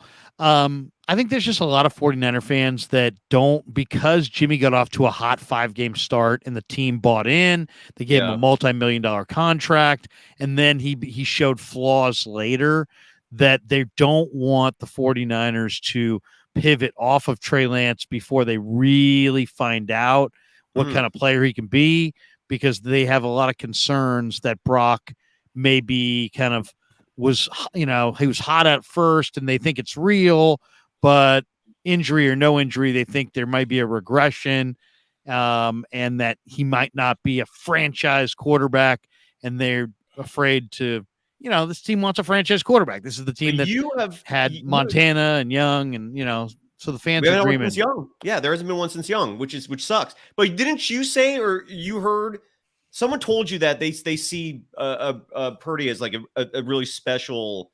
I mean, that's come out a couple times this offseason, that they see Brock Purdy as a more than just a backup quarterback, or more than just a pretty good quarterback, that they feel like he could be a very good quarterback. So, I mean, there's that. But then there's also, I did a video that I would definitely encourage everybody to go watch on my YouTube channel. And I just did it this weekend. Basically what I did was I just looked at the quarterbacks who've made the Hall of Fame. And what I realized is that outside of like Marino and a couple others, Brady, Russell, there's a few guys, but for the most part, almost every young quarterback struggles in his first couple of years. I mean, they all did. Like, if there's 25 Hall of Fame quarterbacks, 23 of them really, really struggled in their first couple of years. Right. And then when you look at Trey Lance's, Steve Young was terrible in his first couple of years. Even Joe was like 2-6 in his first 2 years. And you look at what Lance, and people have acted like Lance has already failed. He's 2-2. Yeah, with like 5 interceptions or 5 touchdowns and 3 interceptions. He's hardly failed. So it's like, and Darnold has been bad, but he's 25. And there's lots of young quarterbacks that emerge after 25. So my whole point was just, hey, look, one, what Purdy did was incredibly special, but two, don't give up on any of these young guys yet, and decide that they all can't play, because the reality is, you name a guy, you name any quarterback in the NFL that was great, from Warren Moon to Troy Aikman to Steve Young to Joe Montana, Terry Bradshaw to Roger Staubach to Bob Greasy, to you name them. They all, Ken Stabler, they all started slowly. So, this idea that, if these guys aren't good this year, they're busts. You see that a lot. Well, if this guy doesn't get it done this year, he's a bust. No, that sounds good, and it's a good tweet. But in reality, if you study the NFL quarterback, history, you got to have a little bit more patience than that. And these guys look bad, and Brett Favre looked bad the first 2 years, then became good. Aaron Rodgers sat for 4 years, won 6-10 in the first year as a starter, and then got good. So it takes time. How much of it took Steve McNair 4 years? Yeah. It took Dan Fouts, like he was 5-20-1 in his first 3 years. There's all kinds of quarterbacks who didn't even.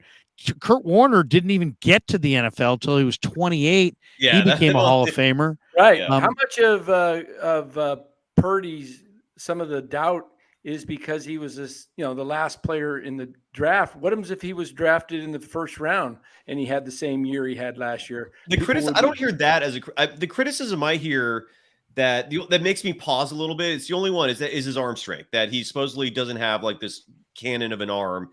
And yeah, I guess like really did. Joe didn't have a rocket either. You mean like Drew Brees? Exactly. Yeah. it's just the not the way. quarterback. Well, look it's at just- Brady. He's good. Brady won the Super Bowl. It wasn't his rookie year. It was his second or third year, but he stepped in for Drew Bledsoe and then won it.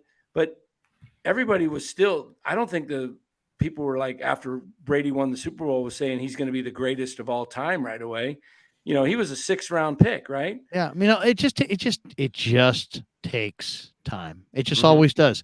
And to me, like, there's people walking around. We're an instant gratification world, right? So there's people walking around. Absolutely, today, there's people that think that Trey Lance is a bust. Today, there's people that think that Zach Wilson is a bust. But What's these going on with guys, him, by the way? Where's he at right now? he just He's had a with the bad. Jets. He just He's had a back at bad the year. Rodgers. He made a bad He's decision. with the Jets still, though? Like, Yeah. He's the backup. okay. So- Back up but to I'm just Rodgers. saying he hasn't looked good. I understand why people say this, but if you look at your quarterbacks and do your history lesson, you'll see, man, it just takes a long time. It takes a long time. It's not like other sports where it's instant. It's maybe these guys are busts, but maybe not. And it takes 4 or 5 years usually to figure that out. Nick J. Sorry. Yeah. That is a crazy story, man. That really is. I mean, that's just out there, and the fact that it's true is insane. I love it though. In some road stadiums, they play that Stacy's mom's got it going on. Oh my God. And Zach Wilson comes in.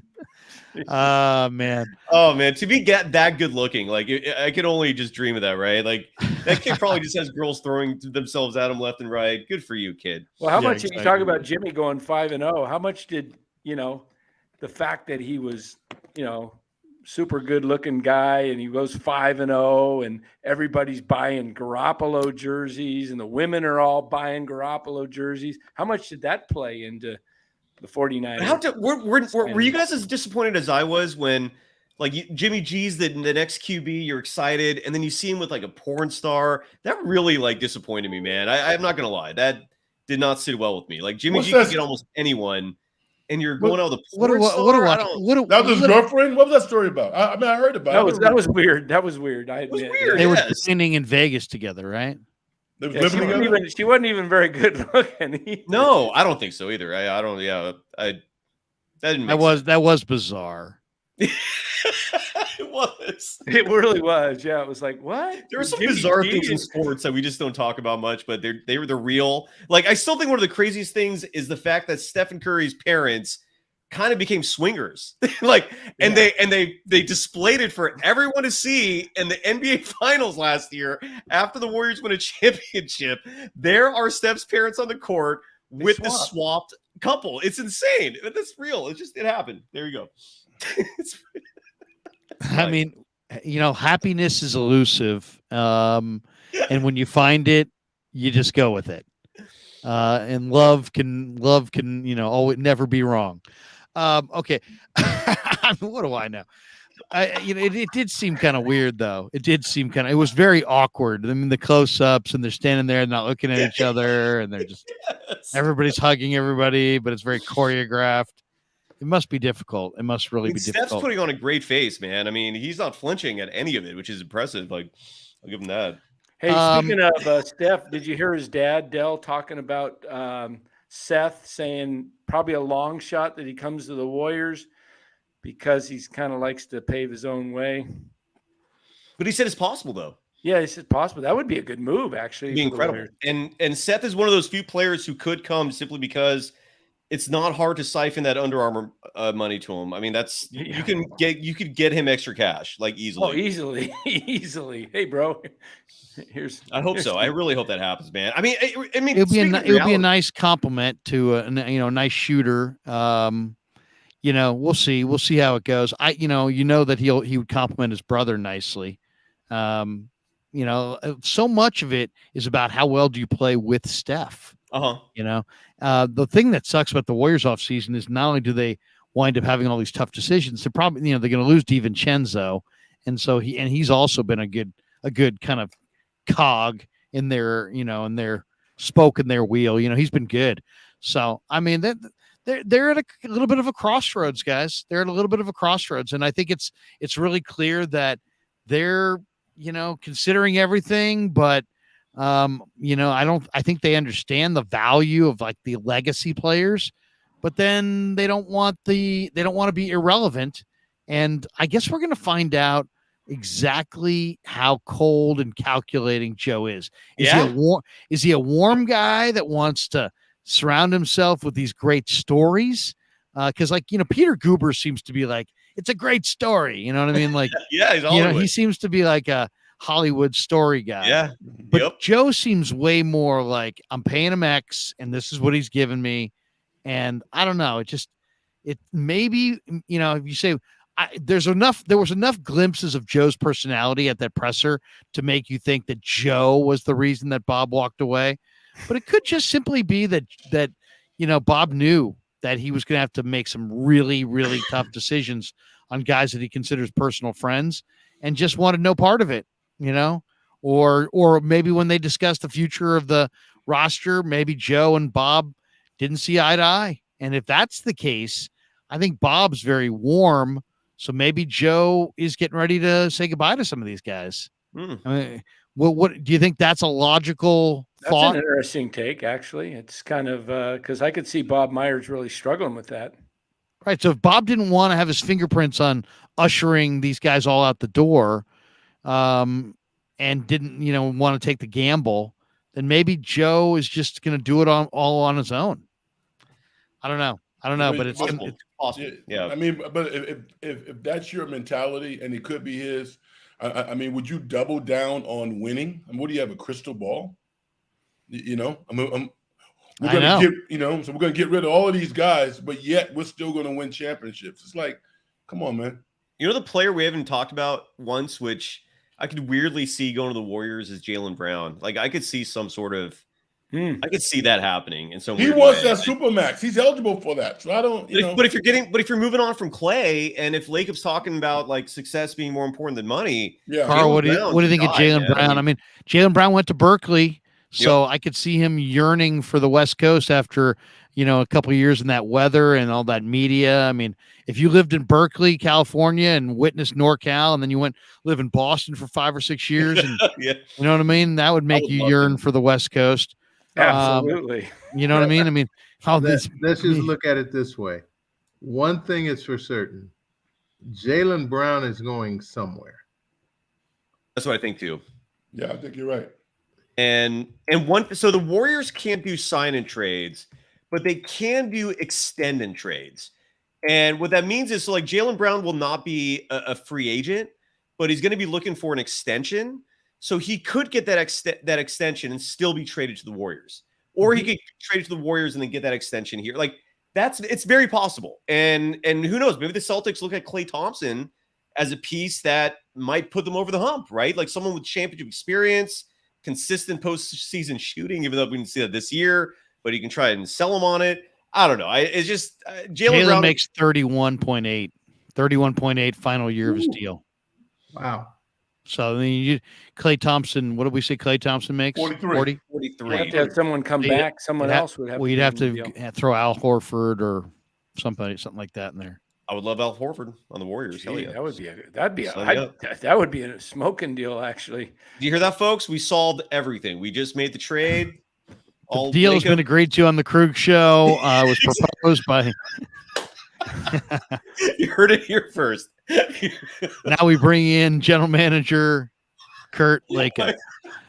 All right, guys, good stuff tonight. Final thought on our way out the door. Chase Young to the Niners. We talked about that. Hasn't happened, but there's a rumor. We talked a lot of NBA Finals. We talked some Warriors and the future. We got nothing accomplished. We agreed on nothing. We did not advance the story one bit. But we spent 3 hours. That was impressive. It was 3 hours of just back and forth with no answers. 3 hours. Oh man! Now the big story is the Giants won another game on the road. Yes, they did. That's 9 out of their last 10 on the road. Yes, sir. And they came back, and they have a new closer in Brandon Crawford. Incredible. Let me ask you guys this question, Dan and Larry, because I put it out there. I mean, I didn't do my homework. I was a neophyte, right? Talking about the Giants. And all of a sudden, I'm now excited and I'm watching the Giants. Did you guys know about? Well, I mean, were all these prospects in spring training? Were they getting a chance to play to show what they could do? What happened? Because all of a sudden, Casey Schmidt was the I did a whole video in March saying that the Giants should promote Casey Schmidt right out of spring training. He was their best player in spring training, offensively and defensively. He was hitting gappers all spring. What about the double A kid who's now just crushing in Triple A? What about you talking about Matos? I was in Salt River in March on just one of my favorite days of the year. I'm sitting there on the outfield berm with two of my sons, drinking a tall boy, talking to people, YouTube fans. Right. And Matos comes up and hits a bolt of lightning right past us. I mean, the guy is really strong. He's a small-ish kind of center fielder, right fielder with a howitzer of an arm, electric, in his wrists, and he just absolutely's got just thunder. The Giants got some dudes, man. Yeah. Do they have an all-star? Oh, they got 6 or 7 candidates. I mean, Doval, Wade, Tyro Estrada. I mean, they got a bunch of choices. That's for sure. Who out of that group actually gets in? I'll say Tyro Estrada. What do you think, Danny? Dan Lee? It's going to be tough because the kid from Miami who's hitting 400 will probably get in. And then Estrada should get in, but it may be either Webb or Duvall if there is because the rule is every team has to be represented.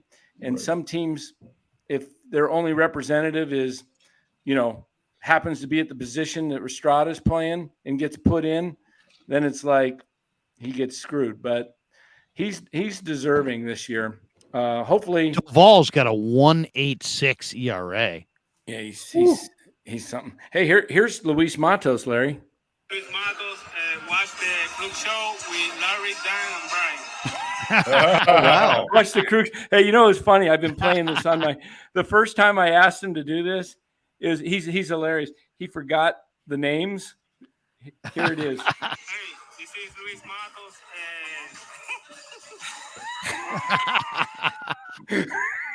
I love it.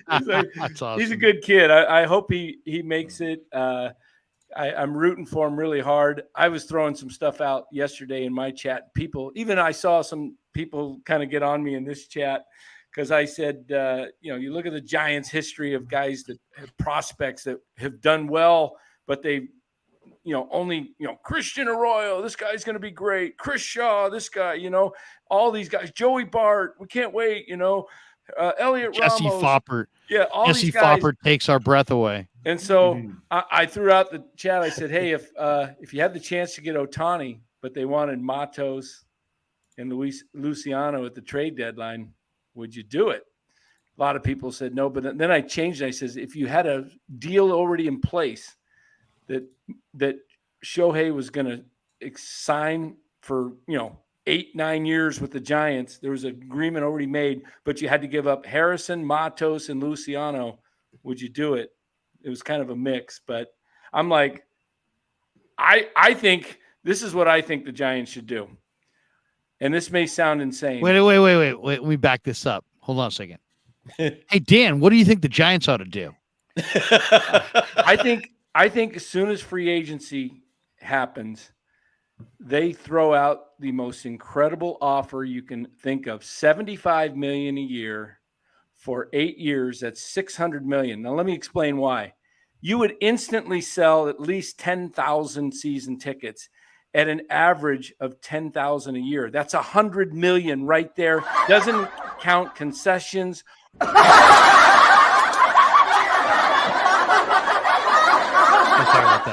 Doesn't count concessions or merchandise.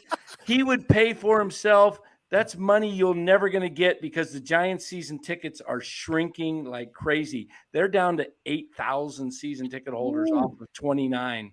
They used to have 29,000 back in the championship days. Shohei would pay for himself. Are you saying they ought to spend more money? Next year, they're having $71 million come off the books this year of people that will not be with the team next year. They Why should would just you go- sign Klay Thompson. Yeah. But why Seriously. wouldn't you, Fellas, I'm gonna be out. I'm about to. all right, Frank. But All why right, wouldn't you Frank. go? Why wouldn't you Good pay seeing him you. that? Why wouldn't you pay him that much if he pays for himself? I'm out. Carl's got to jump. Carl, good to see Got a you. wife. Here, Carl. Later. We talk to you soon. There you go. No, I don't know. I just Danny, think do you notice that you just cleared the room right there? yeah, I did. It's I just did, like- I did a good job, man. I mean, it's like, Hey, man, if you were in my room, I'm about ready to get out of this room too, man. I was going to ask you guys if you could smell it, man. It's so bad tonight. Oh, Dan, have a good night, brother. That is awesome. oh my God, dude. Good stuff. Another Good stuff. great show, brother. Good Thank stuff. you. Si, what do you got cooking the rest of the week? I'm locked on. What are you locking on? Not anything as entertaining as tonight, but I just did a show right before I came on with you about the athletic story in terms of Lacob and what he's saying he's going to do, and so otherwise Kylan Mills is jumping on a couple days. I might have a show with some of the kiddos, Mark Jones's daughter Sophia, Mike Silver's son Greg. I might just do a kid show and get their perspective on maybe being unfairly singled out because of nepotism, given who their parents are, relating it to Mike Dunleavy Jr. and Kirk Lacob. And Oh, yeah. we'll see how that goes. Why don't you do a show on nepotism? And when yeah, it's just exactly. nepotism, examples of when it worked. Yes. And when it's not fair. And when it's not fair. Yeah. So It's just not right. All right, brother. We'll talk soon. all right, man. Have a good night, brother. There you go. The great Cy Satsis. All right. Thanks to our panel tonight. Thanks to all of you for jumping in. Thanks to our sponsor, Pig and a Pickle. Check them out. 2 locations, Emeryville and Corte Madera.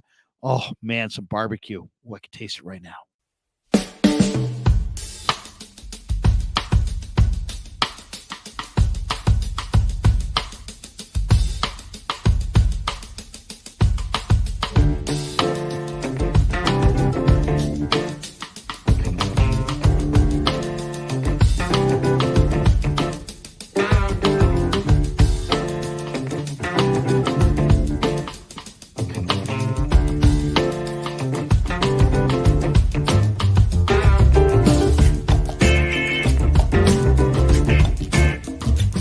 We grew up with a Sunday dinner.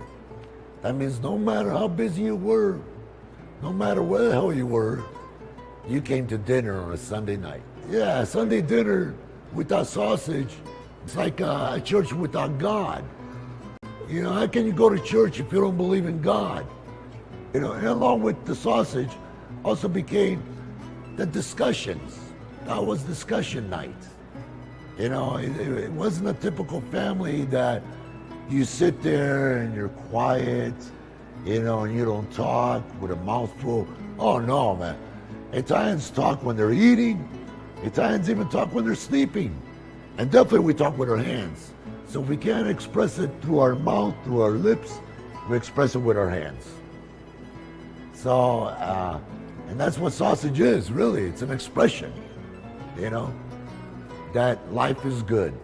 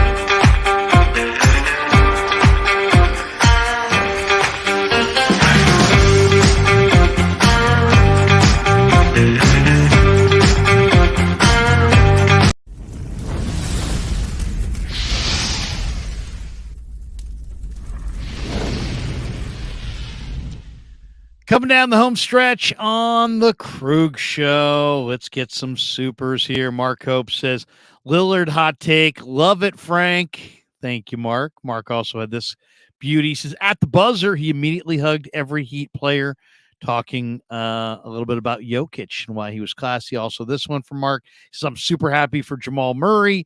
His injury was devastating for Denver, but they did it. Respect. And he got this rolling with this one. Mark emptying the clip. He says, love the show, gentlemen. I wasn't excited about these finals with Denver versus Miami, especially with LA and Boston went down 0-3 in the conference finals. But Nikola Jokic, his sportsmanship was awesome at the end. So thank you for those super chats, Mark Hope. A couple things here. Kyle McKiernan says, here's the thing. The sausage is tacky and sticky. It's fresh versus others. It really is good. Fresh stuff isn't super tacky like New York style sausage. Yes, it's much fresher. New York style sausage is very, very fresh. Outstanding product. It really is.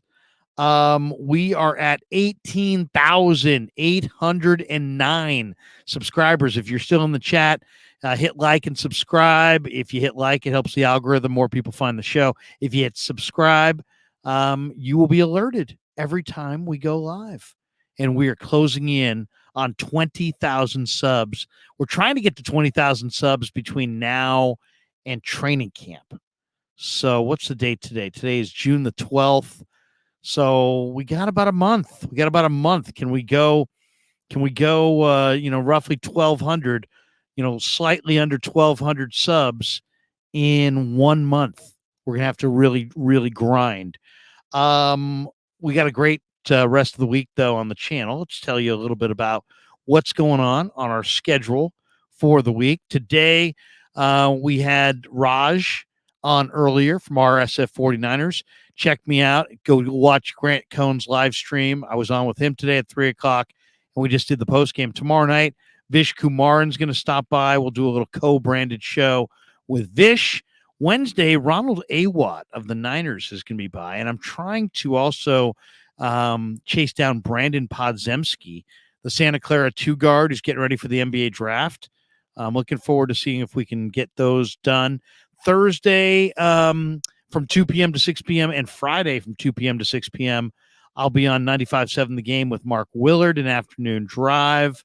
And then Saturday morning at 10 a.m., Grant Cohn, it will be by on my channel for a little segment, a little early morning, Saturday morning style live stream. So looking forward to that. We'll have other things going this week as well, a bunch of different things that we can't tell you just yet because they're not confirmed, but we will have some other live streams going over the next few days. So Carlo P says 19,000 for the sausage. Carlo P says Gary will not come on until 20,000 subs. Kyle McKiernan says 97 people still in here and you can't hit the like button. It takes 2 seconds. Please hit like, hit subscribe. That will definitely help the channel. I'd like to thank my son. He's putting out some great videos of our live streams, which is why the channel continues to grow and grow and grow and grow outside of these live streams. We got a lot of great stuff planned for training camp and the football season ahead. So make sure you keep it locked right here on the Krug Show throughout the dry month of the NFL, which is the month of June. Also, as you've seen scrolling in the bottom of the screen throughout tonight's show is our brand new sponsor, Marin Auto Glass, and my man Saeed, who runs Marin Auto Glass. Check them out online, marinautoglass.com, 415-883-3030. If you think about it, you bust a windshield and you're on the road, and what do? Well, you pull over because you can't see through a windshield that's really destroyed. And if it's just a crack, eventually you got to get it fixed. And where do you go? Well, you don't want to be inconvenienced. So you call Marin Auto Glass and you go to their website, marinautoglass.com, give them a call at 415-883-3030, and they come to where you are. And you answer a couple questions. What's your make? What's your model? And boom, they pop out the old window. They put in the new window. They knock out funny glass. Everything's done perfectly. and they do great work. So MarinAutoglass.com. That's right, Marin Auto Glass in Novato, 415-883-3030. If you need a new windshield, and when I need a new windshield, I only go to Marin Auto Glass. Thanks to Saeed for being a sponsor of the Krug Show. Have a great night, everybody. See you tomorrow on the Krug Show. Yeah, never met a man I've been scared of. Careful, you gon'